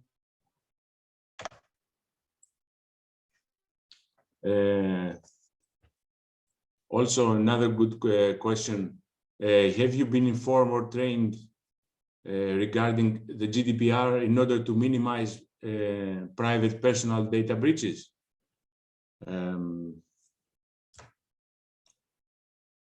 Only, I could say, more than 70% they have not been trained or informed. But you can see from the lowest pies, the non-ICT personnel, that is the nurses or the doctors, consider confidential and sensitive information their work in the hospital. They recognize that. Summary. The majority of them involve working on the computer at any time. Computers are everywhere in the hospital. More than 60% have not been informed of the GDPR. More than 60% involve access to patient data, which is considered confidential and sensitive. More than 50% are not aware of existence of information security policies. Approximately 50% understands when a computer is hacked or infected and knows who to contact. More than 50% of them said that their computers have not been infected. 60% knows how to verify if an antivirus is currently installed on the computer. Approximately 60% trust the personal company that sent the attachment, so they open it. 75% don't know what a social engineering attack is. More than 50% do not know what an email fraud is or how to identify it. 65% is aware that is a valuable information on the computer if they work. Approximately 20% use their own personal devices to store or transfer confidential hospital information. Very important characteristic. 16% of employees have downloaded and installed software. 30% have provided their password to their colleagues or manager when prompted. But 75% think hospital safety policies helped improve their work. And finally, 50% do not lock the PC when leaving the office, even for a while. Now, moving on to actions. We have to strengthen general data protection regulation training for the employees, working with confidential and sensitive data. Specific training on some employees concerning the directive, the EU directive and the NIS directive, especially for the ICT employees. Take cybersecurity awareness actions. Perhaps this nudging that was mentioned before is very useful tool. Application of certain cybersecurity policies to all employees. And constant cybersecurity training for employees through workshops and seminars. This is my presentation. I will be happy to address any questions raised. Thank you, Athanasios. Thank you. Very many insights here. I would like to ask the first question, and obviously anybody else who wants to answer a question, please feel free after me. As a CISO in the hospital, which areas of cyber hygiene with regards to humans, as we discussed today, would you invest your budget mostly? And roughly speaking, what kind of budget would this be? Roughly speaking, if you can somehow abstract the value, if it is if it's not the right time to discuss an absolute value. Well, as I mentioned, we have the tools installed, but we have to invest in the awareness and the workshops and the nudging. Mm-hmm.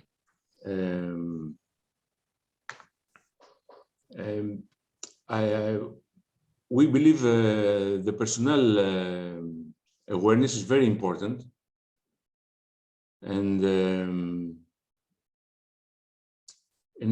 well, I would invest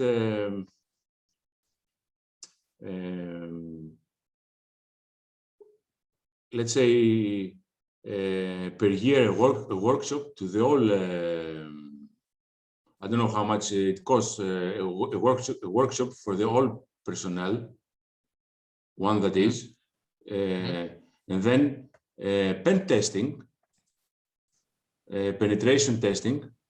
I mean, not from the side of the technical point, from the side of human. Yep. Human. Social engineering, pen testing. Yes. Yeah.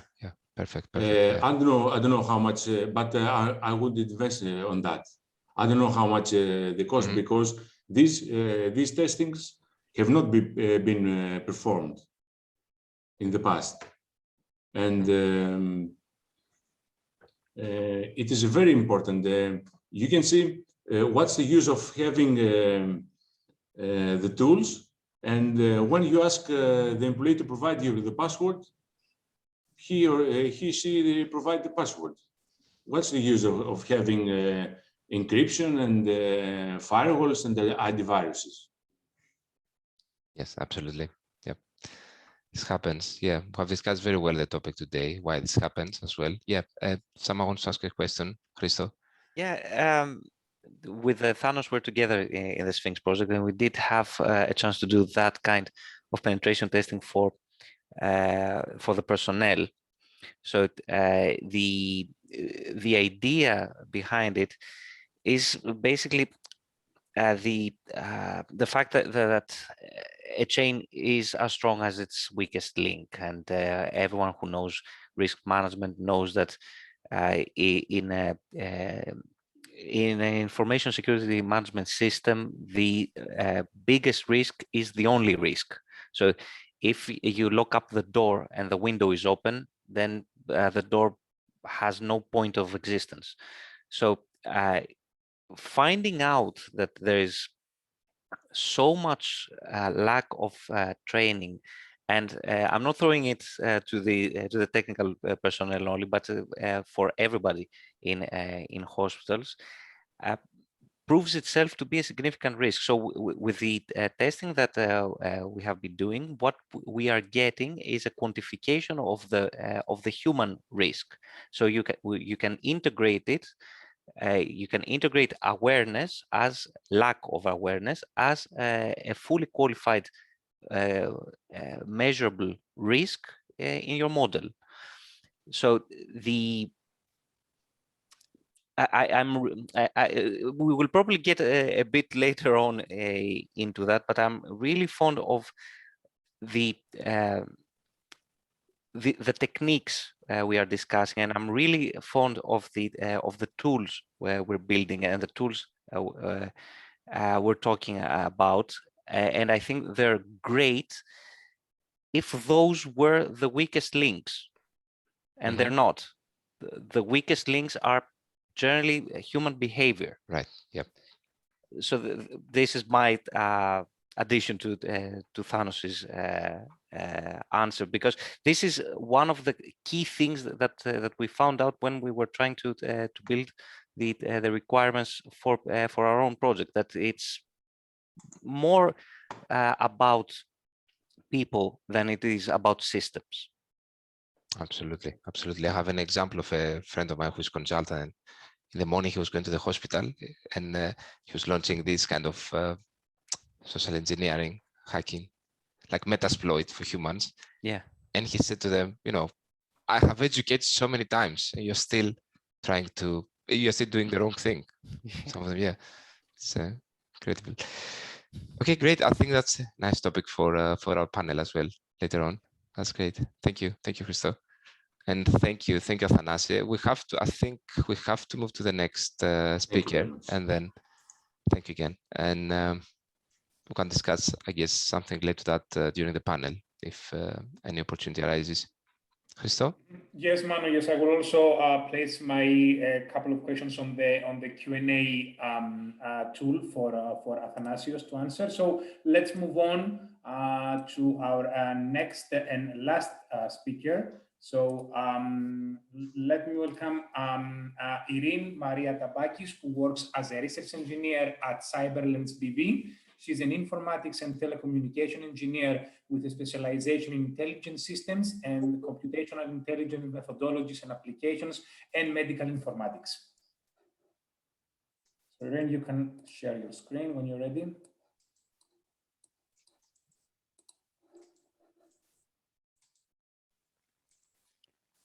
Okay. You should see my screen now, I think. Yes. Just a second. Okay. Yeah. So this presentation has to do with standardization activities in CUREX ACE 2020 project. CUREX project is working towards the protection of the confidentiality and integrity of health data by producing a novel, flexible, and scalable situational awareness-oriented platform. It allows a healthcare provider to assess the realistic cybersecurity and privacy risks they are exposed to and suggest mathematically optimal strategies for addressing these risks with safeguards. At the core of the CUREX platform, decentralized architecture enhanced with a private blockchain infrastructure ensures the integrity of the risk. Assessed by process and of all data and transactions that occur between the diverse range of stakeholders involved. So to reach the maximum impact of the standardization and relevant bodies CUREX has defined 4-step strategy. Those 4 steps are observation and monitoring of the available standards, derivation of required standards from the CUREX use cases, identification of gaps, and making proposals for improvements introduced by CUREX key innovations, and recommendations to corresponding standard body. So the 7 key innovation aspects of CUREX are data modeling, risk and vulnerability assessment, data analytics and knowledge extraction, description support for proposing optimal safeguards, blockchain technologies, threat intelligence, and of course, cyber hygiene. On this slide, you may see which CUREX components, sorry, something happened here. You may see which CUREX components correspond to its CUREX key innovation aspects. Only OSD corresponds to 2 key innovations, which are the risk management and decision support for proposing safeguards. So in the context of the standardization strategy, we identified several standards to which the CUREX project may contribute. In terms of cyber hygiene, we recognize 3 standards. The first is the umbrella standard ISO 27000 to 2018. It is available in English and French language and approved by ANISA. The standard provides the overview of information security management systems, ISMs, and also provides terms and definitions commonly used in the ISM's family of standards. Also, this standard is applicable to all types and sizes of organization. So the next standard we identify is security and privacy controls for information systems and organizations. This has been published by NIST and is available in English language and approved by ANISA. This standard provides a catalog of security and privacy controls for federal information systems, an organization and process for selecting controls to protect organizational operations, assets, individuals, other organizations, and the nation from a diverse set of threats, including hostile cyber attacks, natural disasters, structural failures, and human errors. And the last standards comes from the Spanish ENS and has to do with the cyber hygiene, and is available in Spanish language, but also has an English preview, and has been approved by ANISA, I think, in 2017. So other activities in the context of the CUREX project on ICT standardization are the ICT vertical, horizontal, and horizontal for blockchain standardization roundtables. So the European Commission was organizing those roundtables discussion, which allowed 2020 projects to present the work done and explore more active involvement in blockchain standardization activities. During these roundtables, there were a lot of presenters from Sensenelec, ISO, IEEE, and other entities. Approximately 2,000 Horizon 2020 projects related to blockchain is identified under these roundtables, and 60 of those projects, including the CUREX, participating by delivering a presentation. So on the health roundtable that happened on February 10th, 2021, Almeris, a partner of CUREX consortium, made a short presentation during which discusses 6 data protection goals, which are confidentiality, integrity, transparency, availability, interoperability, data minimization, and unleakability. And how the CUREX project worked to accomplish them based on lessons learned from collaboration with other projects. And as an example, one of the CUREX project use cases was illustrated.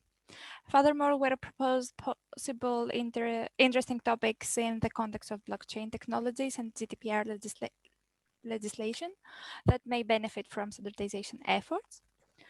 And last but not least, recently standICT.eu 2023 and CUREX project started a collaboration to support evaluation of cybersecurity standards in e-health.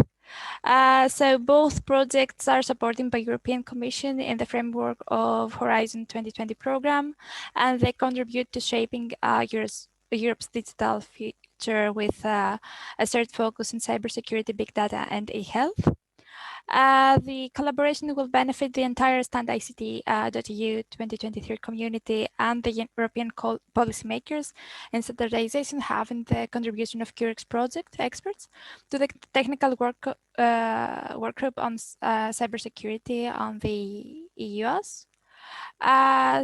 Specific insight in the secure health data exchange are crucial for digital transformation of European healthcare services. So this collaboration will result in recommendations unlocking the EU digital single market in that field. So thank you. I don't know if you have any questions.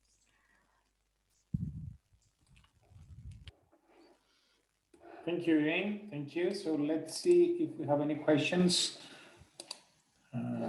Right, I don't see any questions. Right, so going back to the, so maybe Mano, if you have any questions, or should I go with mine? Yes, Christoph, please go ahead. Okay, good. Yeah. So with regards to those standardization activities in cyber hygiene, so related to awareness raising and training through this research that you performed in those standards. So did you identify any gaps that could be filled from the activities undertaken in the CUREX and the other projects? I mean, those co-organizing this workshop also and other projects as well, as to do some pre-standardization activities for formalizing the way awareness raising or even training takes place in the healthcare sector? To be honest, no, until now, at least, because right now we are in the step of the identification of gaps. So we are currently reading all those standards and try to find some way to contribute as a project. However, according to some discussions we had with the standICT.eu project, probably there are some gaps, and this is how we are going to act in the near future. So we are trying to identify those gaps in collaboration with them and the working groups that they are hosting, if I can say that. So no, currently we haven't identified any gaps, but we are working on that. Okay, thank you. Questions? I see also Christos Danos. Maybe he can go before you, Manos, right? Part of the answer on standardization of awareness. In 27001, ISO 27001, when describing the ASMS, there is always a specific point made regarding awareness and training. So there are also other standards that go into a bit more detail on how to do that. So controls and such for that. So in 27002, there are some details of what is generally required. The main idea of it is not too different in hospitals as it is in other organizations, and there is a way to actually define your policies regarding awareness and training per case, because it's not that clear how specific you will be able to be when referring to hospitals in order to generalize it for all hospitals. So what the general practice is to get things started in a way and put it in a loop.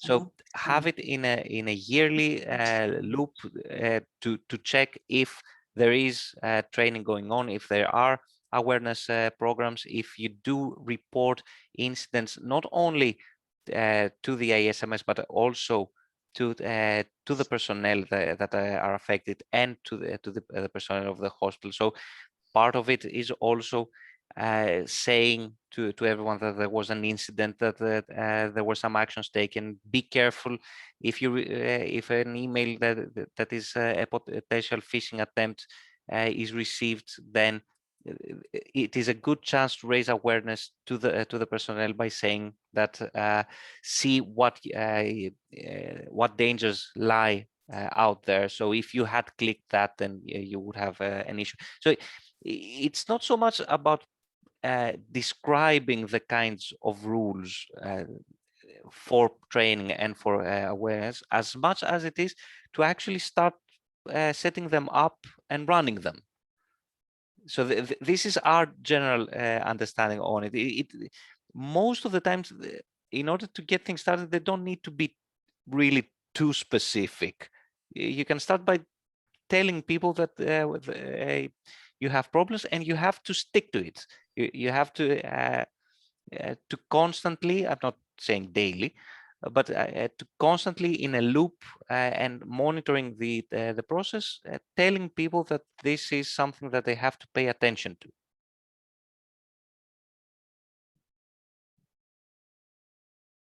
Thank you, Christo. Mano, would you like to follow up? I'm covered actually. Yeah, Okay. I'm looking forward to the panel actually. Yeah. Okay, good. Thank you, Irene, for the presentation. I think that's a good pass also for the panel discussion. I mean, standardization is always, you know, like one of the key challenges. I mean, to transfer the knowledge into standards. Before moving to the panel discussion, let me quickly share the results of the poll that was launched after the break, which might trigger also some debate during the panel discussion. So the question was, what do you think is the biggest challenge that healthcare organizations face when attempting to address human-centric cyber hygiene requirements?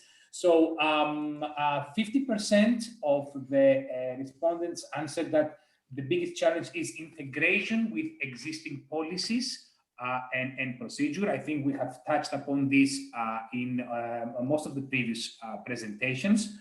Then the second place goes to the available budget for IT-based cybersecurity control, which I guess this also covers human-centric controls. For example, the cost of awareness-raising activities and training. Then the third one is the willingness of the staff to align with training and awareness recommendation. I think this was also mentioned by Dr. Lynn Coventry in her presentation about the nudges. And finally, it's also the budget, last one, the budget for training activities. So correcting myself, it's actually the available budget for IT-based controls that our audience thinks is the most, let's say, is the biggest challenge, rather than the budget for training. So I guess that means that most people consider training to be not so expensive, even though I'm not sharing the same opinion. But now we can leave this to our panelists and the moderator. So Professor Christos Xenakis, I pass the floor to you to initiate the discussions. Thank you. Thank you, Christos. Thank you, Manos, for the excellent organization of this workshop. So let's move to the last session of this workshop, which is the panel. So I would like to first introduce the panelists. I will start with the ladies. I would like to welcome Dr. Lynn Coventry. She's a director of the Psychology and Communication Technology Research Lab at the University of Northumbria. Dr. Diana Navarro Lobert from, she is the head of research and innovation at Granules General University Hospital. Diana is in the CUREX. We have Dr. Christos Panos. We have three Christos in this in this workshop, so it's stranger. Christos, welcome. Christos is a senior researcher at the National Technical University of Athens, and he's also the coordinator of the SPHINX project, one of the projects that co-organize this workshop. Dr. Nikolai Palladi, he's a senior researcher scientist at the cybersecurity at the RISE Research Institute of Sweden. Welcome. Professor Salvador Garcia, he's the head of the new IT project at Marine Salud Hospital in Spain. And last but not least is Panos Papachristou. He's a researcher at the Karolinska Institute and also a member of CUREX project. So, ladies and gentlemen, welcome to this panel, to this discussion, open discussion. And if I'm allowed, I can express my first question, which is a general question, but I think it has a value. I would like to ask, what are the main threats that cybersecurity threats that currently the hospital face in this COVID area? So I don't know who would like to answer. Can we start with Dr. Lynn Covertree, and then continue with Professor Salvador Garcia? Thank you. Okay, so I guess for me, I don't work in hospitals, but given what I've seen, I would suggest that fatigue and work overload are two big issues that will lead to increased workarounds. And this is probably at a time when some attacks are taking advantage of this and more social engineering attacks being launched on hospitals. So you think, and it is obvious, if someone is overloaded, then he or she will do the mistake to open an email or to participate in a communication that regularly under normal condition, this wouldn't be feasible, let's say, or he would have the ability to understand if it's a phishing email and all that stuff. Yeah, this is something that we pass it very quickly, but it's the people that are exhausted from this pandemic situation. Okay, thank you. Professor Garcia? Yes, I would like to respond from three different points of view to this question. First, from a more technical or infrastructure point of view, the teleworking has been implemented. And with telework, aside of the possible exposure of some services and applications via the internet, what we have are more users accessing hospital services and applications from personal devices, where we previously had just a few uncontrolled group of users accessing those services using hospital-provided devices. So we were obligated to allow BYOD, this is bring your own device, to many users in just a few days to respond to that. Then in a more organizational part, it has also had impact. In a normal situation before the pandemic, we had personnel trained in the use of IT tools and applications that were needed in their job that was mostly permanent. But with the COVID-19, that forced us to reallocate staff where necessary, as well as to recruit new staff with no time to perform the regular training in the use of tools. With that, we had clinical staff accessing maybe new parts of patients' data using new tools and in new places. In Marina Salud, we have a profile catalog which defines what a profile can do, access, read, or write. And it would have been easier to simply enlarge the permission of some profiles with the pretext of the pandemic. For example, enlarge the profile of a nurse in a way that any nurse might access to all the nursing data instead of having allowed specific views and permissions for each nursing specialty. But we didn't.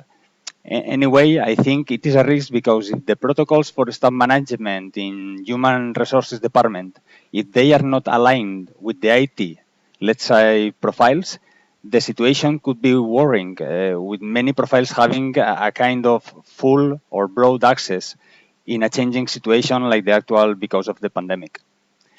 And as a third point of view, regarding patients, we have replaced part of the face-to-face activity with non-face-to-face consultations. And patients could also be more exposed to phishing and social engineering because despite the hospital will not communicate with them via email or SMS, many patients are not aware of that and may easily fall into phishing scams or things like that.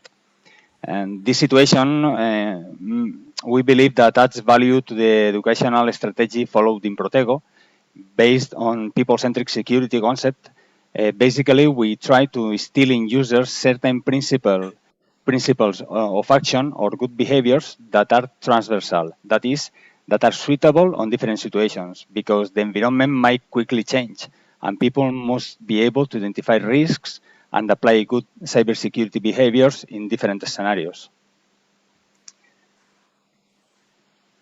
Okay, thank you. So again, we have the persons, the people under in the center of this cybersecurity, because either they are they have extremely workload, or they are under pressure, or we don't have the ability or the capacity to train them properly, because in this stress, let's say, situation, we don't have time. This is luxury. Do you think that do we have enough technology to support them right now? Because technology usually help people to do the things easier or not to do mistake. Do you think that we are in a position to have, do we have such tools right now, or it's necessary to invest on tools and Well, technology? not in this pandemic time. I think we have all the technology we need. But this is regarding maybe the second question, because and despite we have the technology, we may have users appropriately trained, but they don't apply what they theoretically know. And I think that it is in part because of, if you think issues regarding GDPR, they are more accurate applying the correct behaviors, I think, because GDPR is something very concrete. They know the risks that at personal level they are exposed to. Meanwhile, the NIST directive is something that is like a set of good practices, but doesn't have a concrete implementation as a law in each country. And I think it's what is maybe I think a lack of regulation regarding cybersecurity further than GDPR. Okay, thank you. Sal, if there is anyone else from the panelists that want to answer or to provide a comment, please feel free to open the microphone. Christo, I think. I think I've started speaking too much in this one, but if you don't mind me, in the Greek network of hospitals, there is something which is between a good situation and maybe a curse. the Greek public hospitals are behind the SPHINX network, and the SPHINX network acts like an NAT for the rest of the internet. This is very good cybersecurity by design of the network and the infrastructure. Any kind of direct attack to the network is more difficult to take place in the way that it has been set up. On the other hand, the fact that this was by design better protected than if you had a separate network per hospital means that there wasn't enough pressure to actually build other cybersecurity infrastructure that was required by the hospital and other public infrastructure in Greece. Which means that you fall a lot behind in things that have to do with social engineering, for example, because if you don't have the idea that there is such a thing as a cybersecurity threat, because you are more protected than other cases, you're not aware of other ways that this can take place. So in regards to whether cybersecurity for Greek hospitals is better or worse, during COVID, I think that there might be even better, because if they're teleworking, there's less people in the hospitals and they have less access.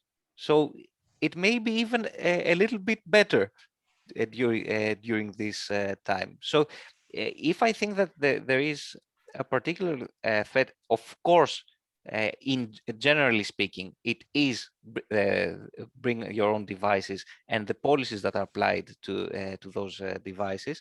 But overall, the fact that cybersecurity is treated like some burden or an overhead to everything has led to the idea that it's something to be left to the responsibility of somebody else. So you always consider security as being something that, for example, for your country, it's the army who's doing it. So it's somebody else. And I think we are trying to apply measures to confront the threat that are not of the same nature as the ones that we apply when we're talking about national security. And in national security, it's the military who's doing it, and it's doing it with military terms and military tactics. When we are applying it to hospitals or in cybersecurity, we're applying it like it's a social issue. And many times, certainly in some cases, it is a social issue, but many times it is not. It's warfare. Okay.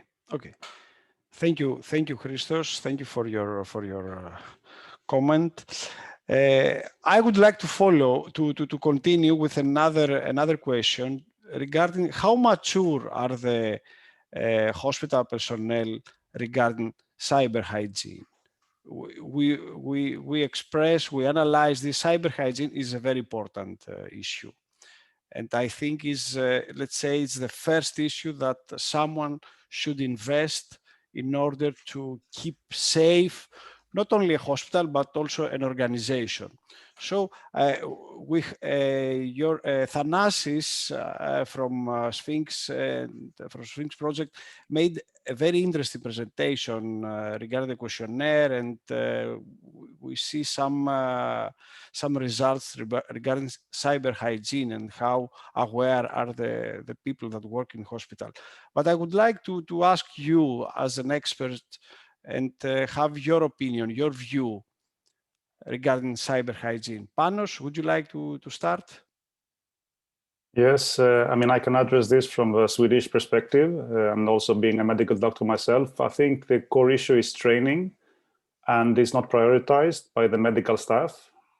So it's in the region of Stockholm, we have a mandatory training program for all new employees and every third year, but the executives of each department, they don't like stop a doctor to continue work because they are needed to be a physician.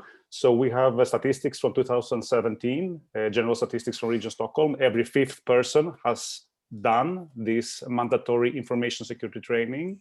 So how mature they are, I would say, it depends also on the task, but there is big lack of training, and with that comes lower maturity of information security aspects in the daily work.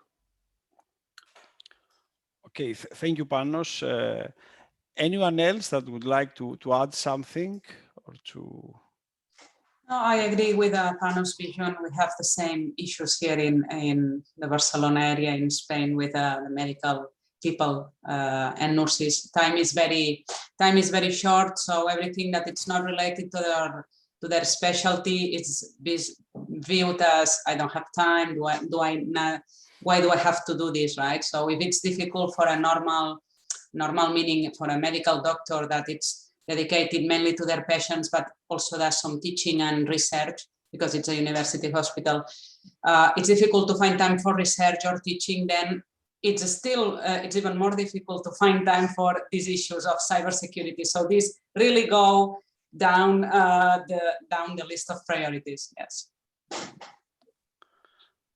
Anyone else?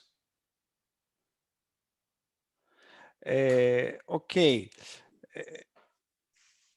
I can add very short, sorry, Christos. In Stockholm also, they did in 2019 a risk assessment of the actual framework and structure, how they do the information security analysis in hospitals. And in many places, there is no framework for this in place. They don't have any framework. So this was 2 years ago, and they have now started to work towards establishing a framework. Okay, thank you, Panos. I can add some words as well from my earlier experience with other e-health projects and security in e-health projects.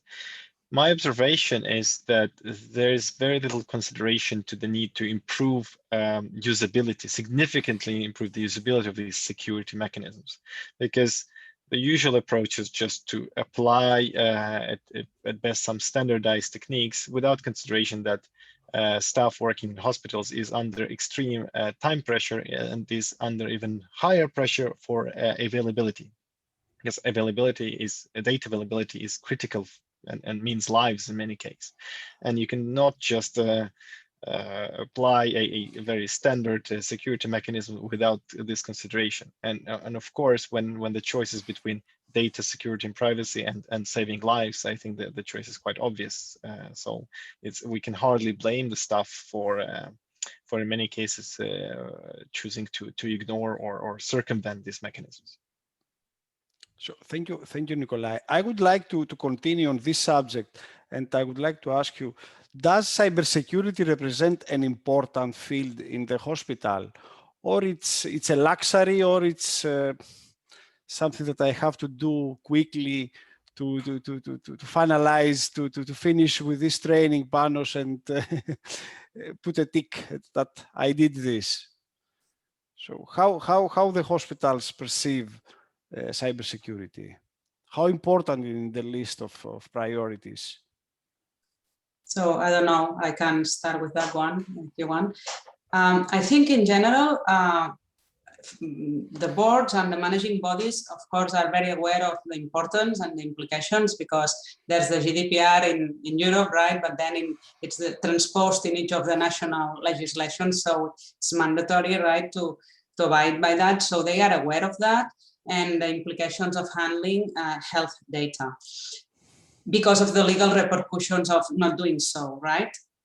So it is important in theory. And for instance, we have a DPO, a data protection officer. This is also in Spain.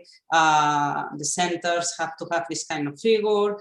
So legislation for clinical studies is enforced. And of course, when you enter clinical trials, then everything is done by the rule.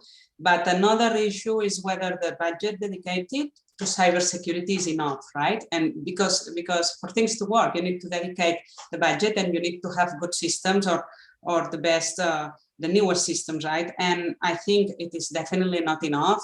In general, hospitals are under budgeted in this area, in IT infrastructures in general.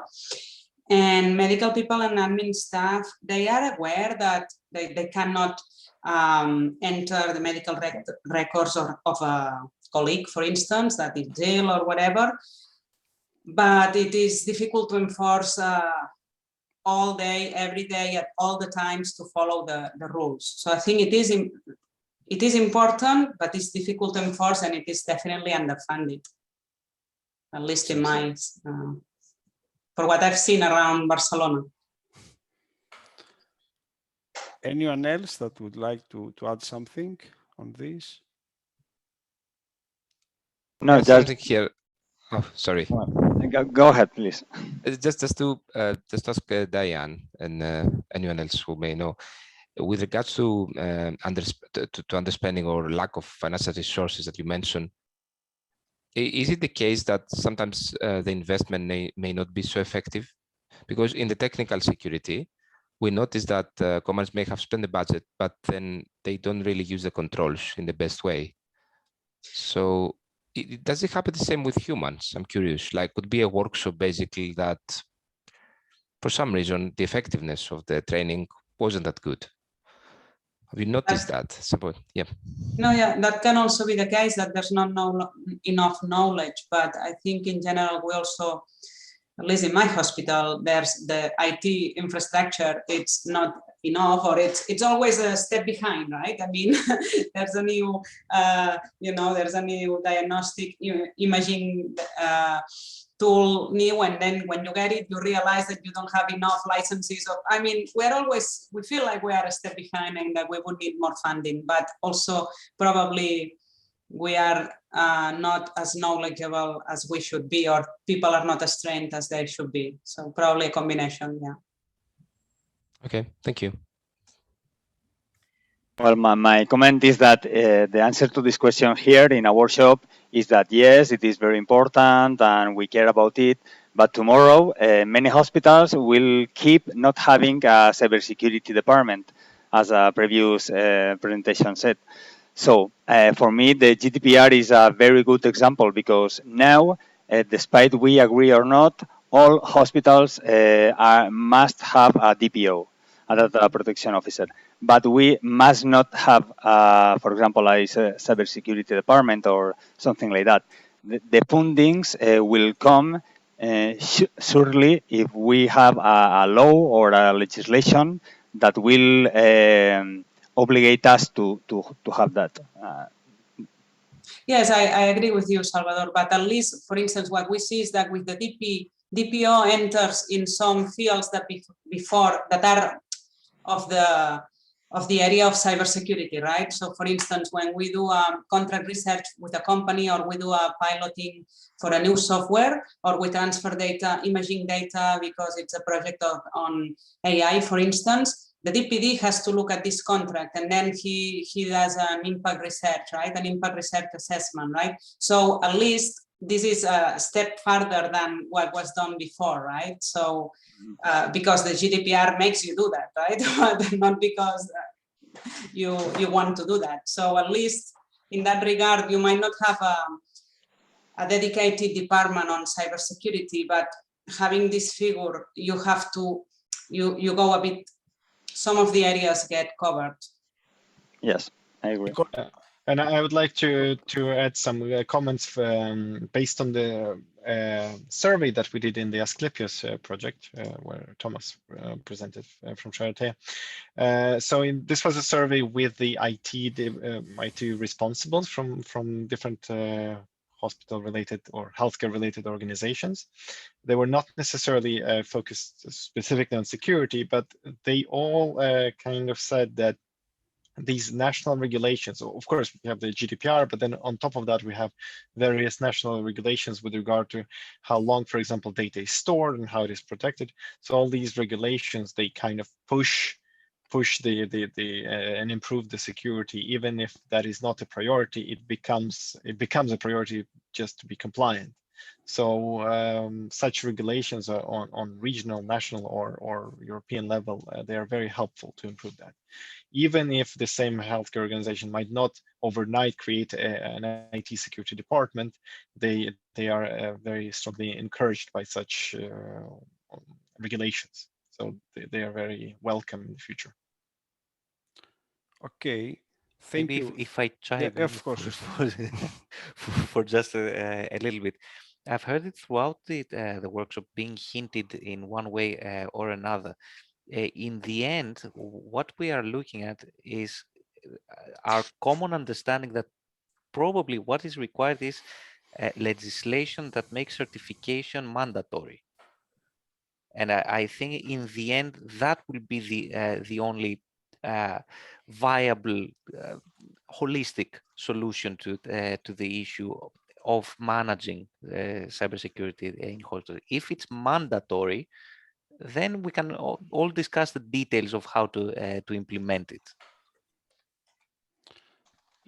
So, thank you, Christos. This gives me an opportunity to express another question.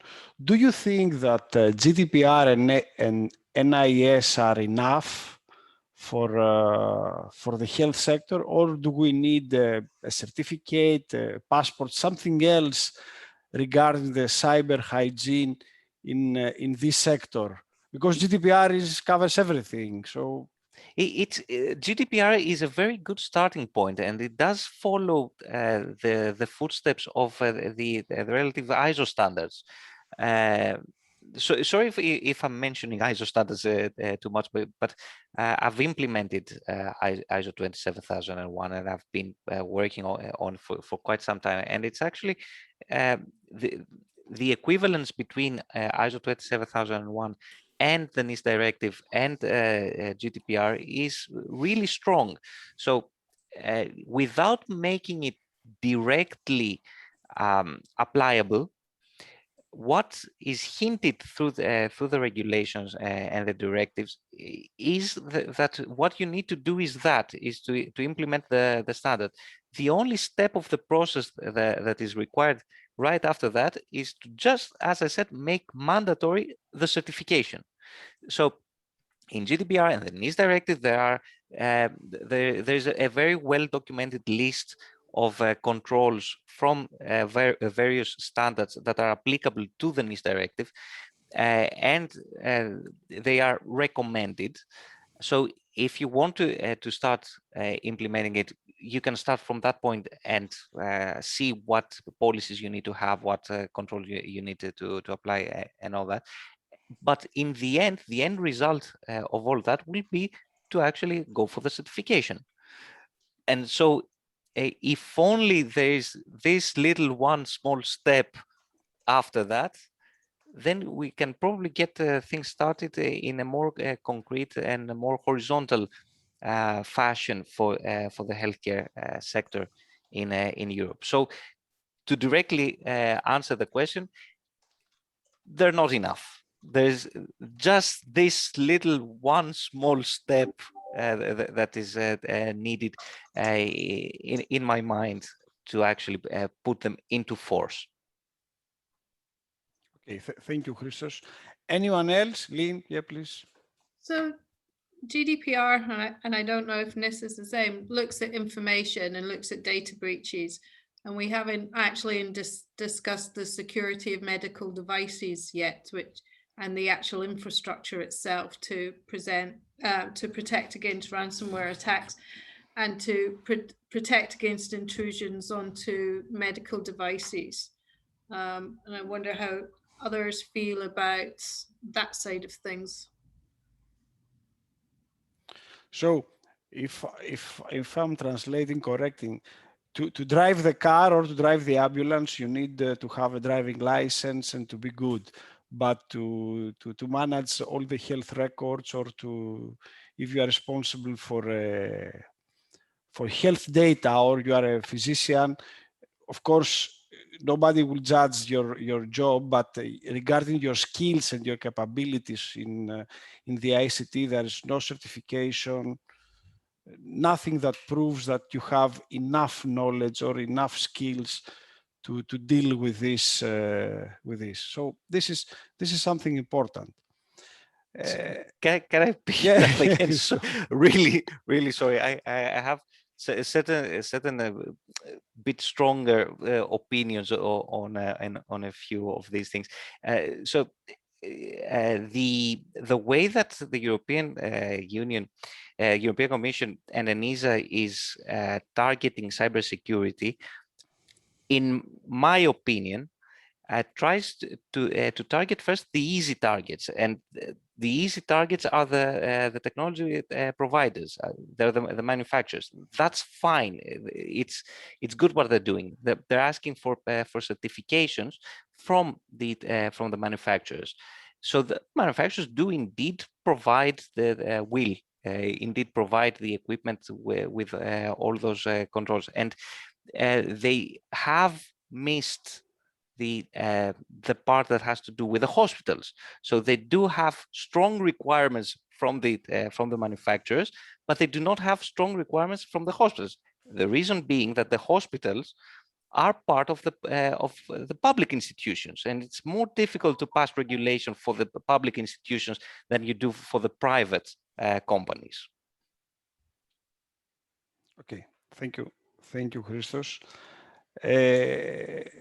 How do the patients perceive cybersecurity or cybersecurity and privacy threats? Do they really care when they are visiting a hospital about cybersecurity? What do you think?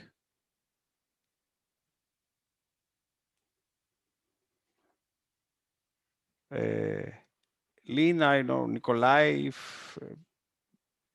if you can.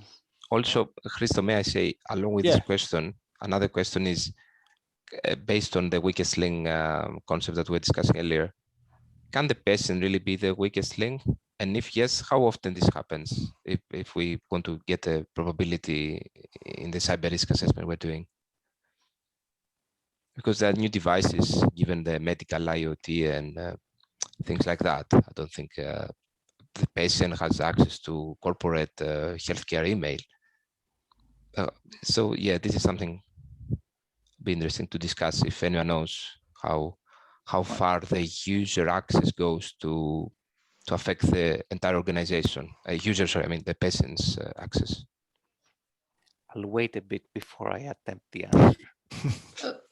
So I've come across instances where the fact that any patient can contact the hospital from any address makes it very difficult for staff to recognize if something is a phishing attack or it's not a phishing attack.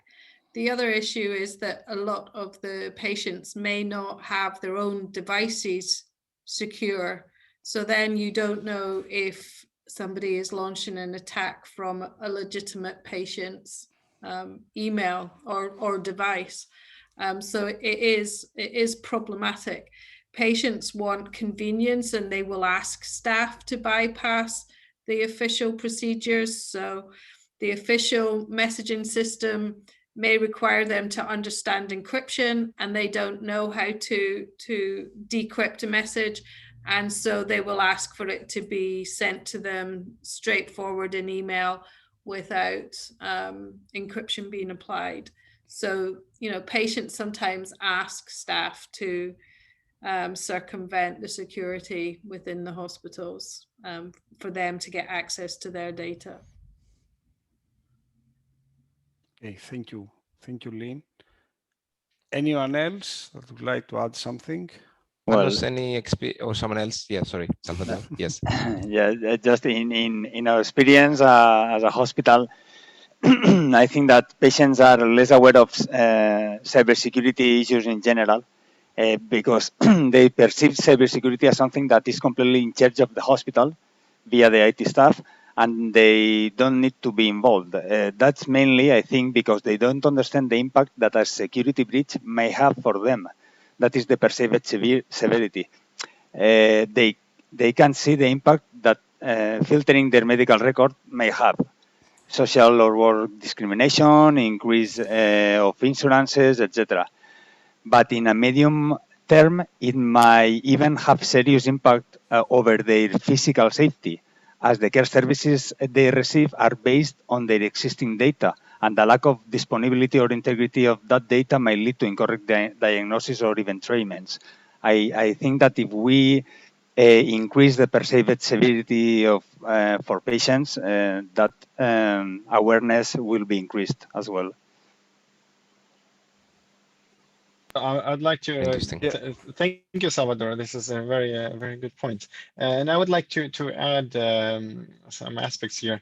That generally, if we look at the entire internet industry, it has created an atmosphere where user data is not valued because well, users they are after services that they perceive as free, so they don't actually think about the data they leak. So that this trained users or humans to not care as much about the privacy of their data, and this equally applies to hospital settings, because they're after they're even one step further removed from let's say using digital technologies. They're there for a reason. They're there due to health conditions. So they're even one step further removed from this concern about the data and the data flows that they produce by measurements, sensors, and so on. So I think this is it's definitely important to train them to be aware about their data and the potential implications, but we can hardly place this on hospitals because they already have many other things to care about, and this should be a general let's say effort to train users, humans, citizens, about the value of their data. Okay, thank you, Nikolai. And I would like to ask the last question. And I would like to have one question from all of you, all the panelists. Okay, based on the discussion and your experience and the work that you are doing within the project, can you prioritize and say one thing that is missing right now from hospitals regarding your point of view on cybersecurity? So if you can prioritize, say, okay, this is for me the most important thing that is missing right now regarding cybersecurity. I don't know. Panos, would you like to start? It's a very good question. I mean, we touched upon many subjects. Time is a very crucial. I mean, time is lacking, unfortunately. Time. And time, I guess that time are resources and resources are fundings. So at the end, many things, yeah, many things are linked to fundings. I don't know, Lynn? For me, there's still a lack of cybersecurity skills within the hospital. They're not prioritized when you've got to budget them over medical staff. And then within that, people who understand the behaviors rather than just the technology. So when they do hire staff, they tend to be technologists rather than behaviorists. And I think we need both there. Nikolai, what? I would say an understanding of the value that of the data that the hospitals are handling, and so this achieving this understanding will reveal that actually it's a very important question to protect and handle it correctly. So, but I think so far this understanding is still lacking. Christo?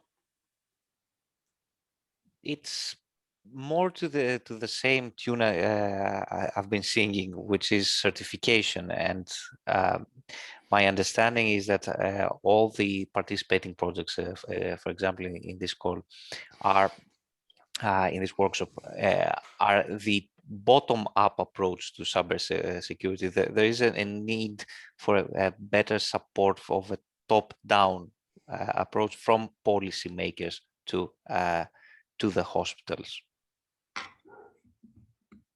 I would like also to ask Manos and Christos Laudias if you What do you think?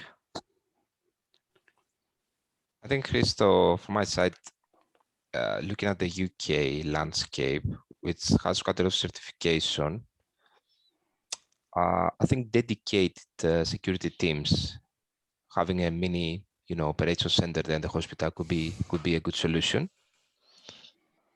Yes, so do not outsource the cybersecurity tasks to the IT team. I mean, having a head of security is not enough. Yeah, there are plenty of job adverts the last 2 years for healthcare organizations to get head of security, but it's not enough. You need a team. You need a proper mini SOC there. Even some universities have, not to mention mine.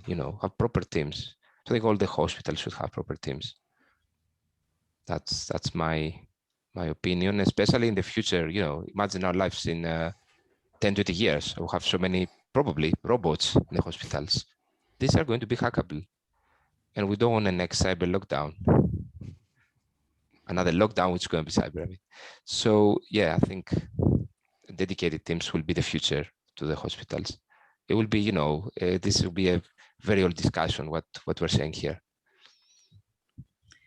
It's interesting because in the hospitals, the medical devices are run by biomedical engineers sometimes and not IT. So everything we're saying is probably familiar to IT, but maybe not to biomedical engineers.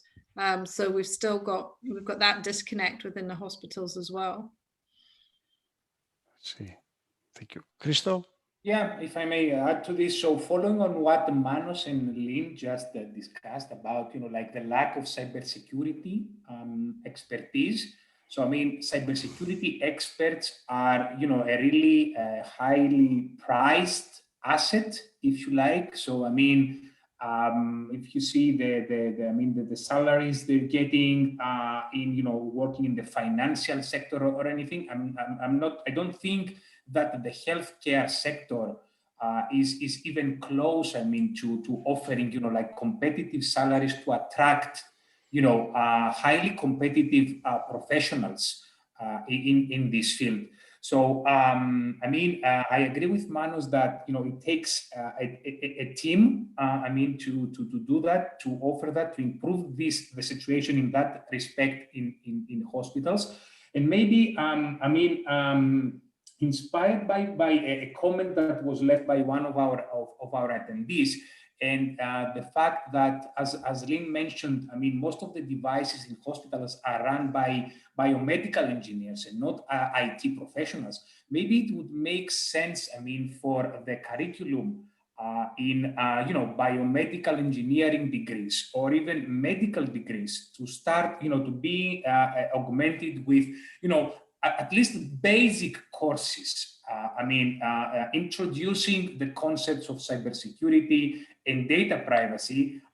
From early beginning, right? So, and this would also help build a culture within those, let's say, healthcare professionals, right, of the future. So building, somehow injecting, if you like, these skills, basic skills, in, let's say, the next generations of our healthcare professionals. That's one thing.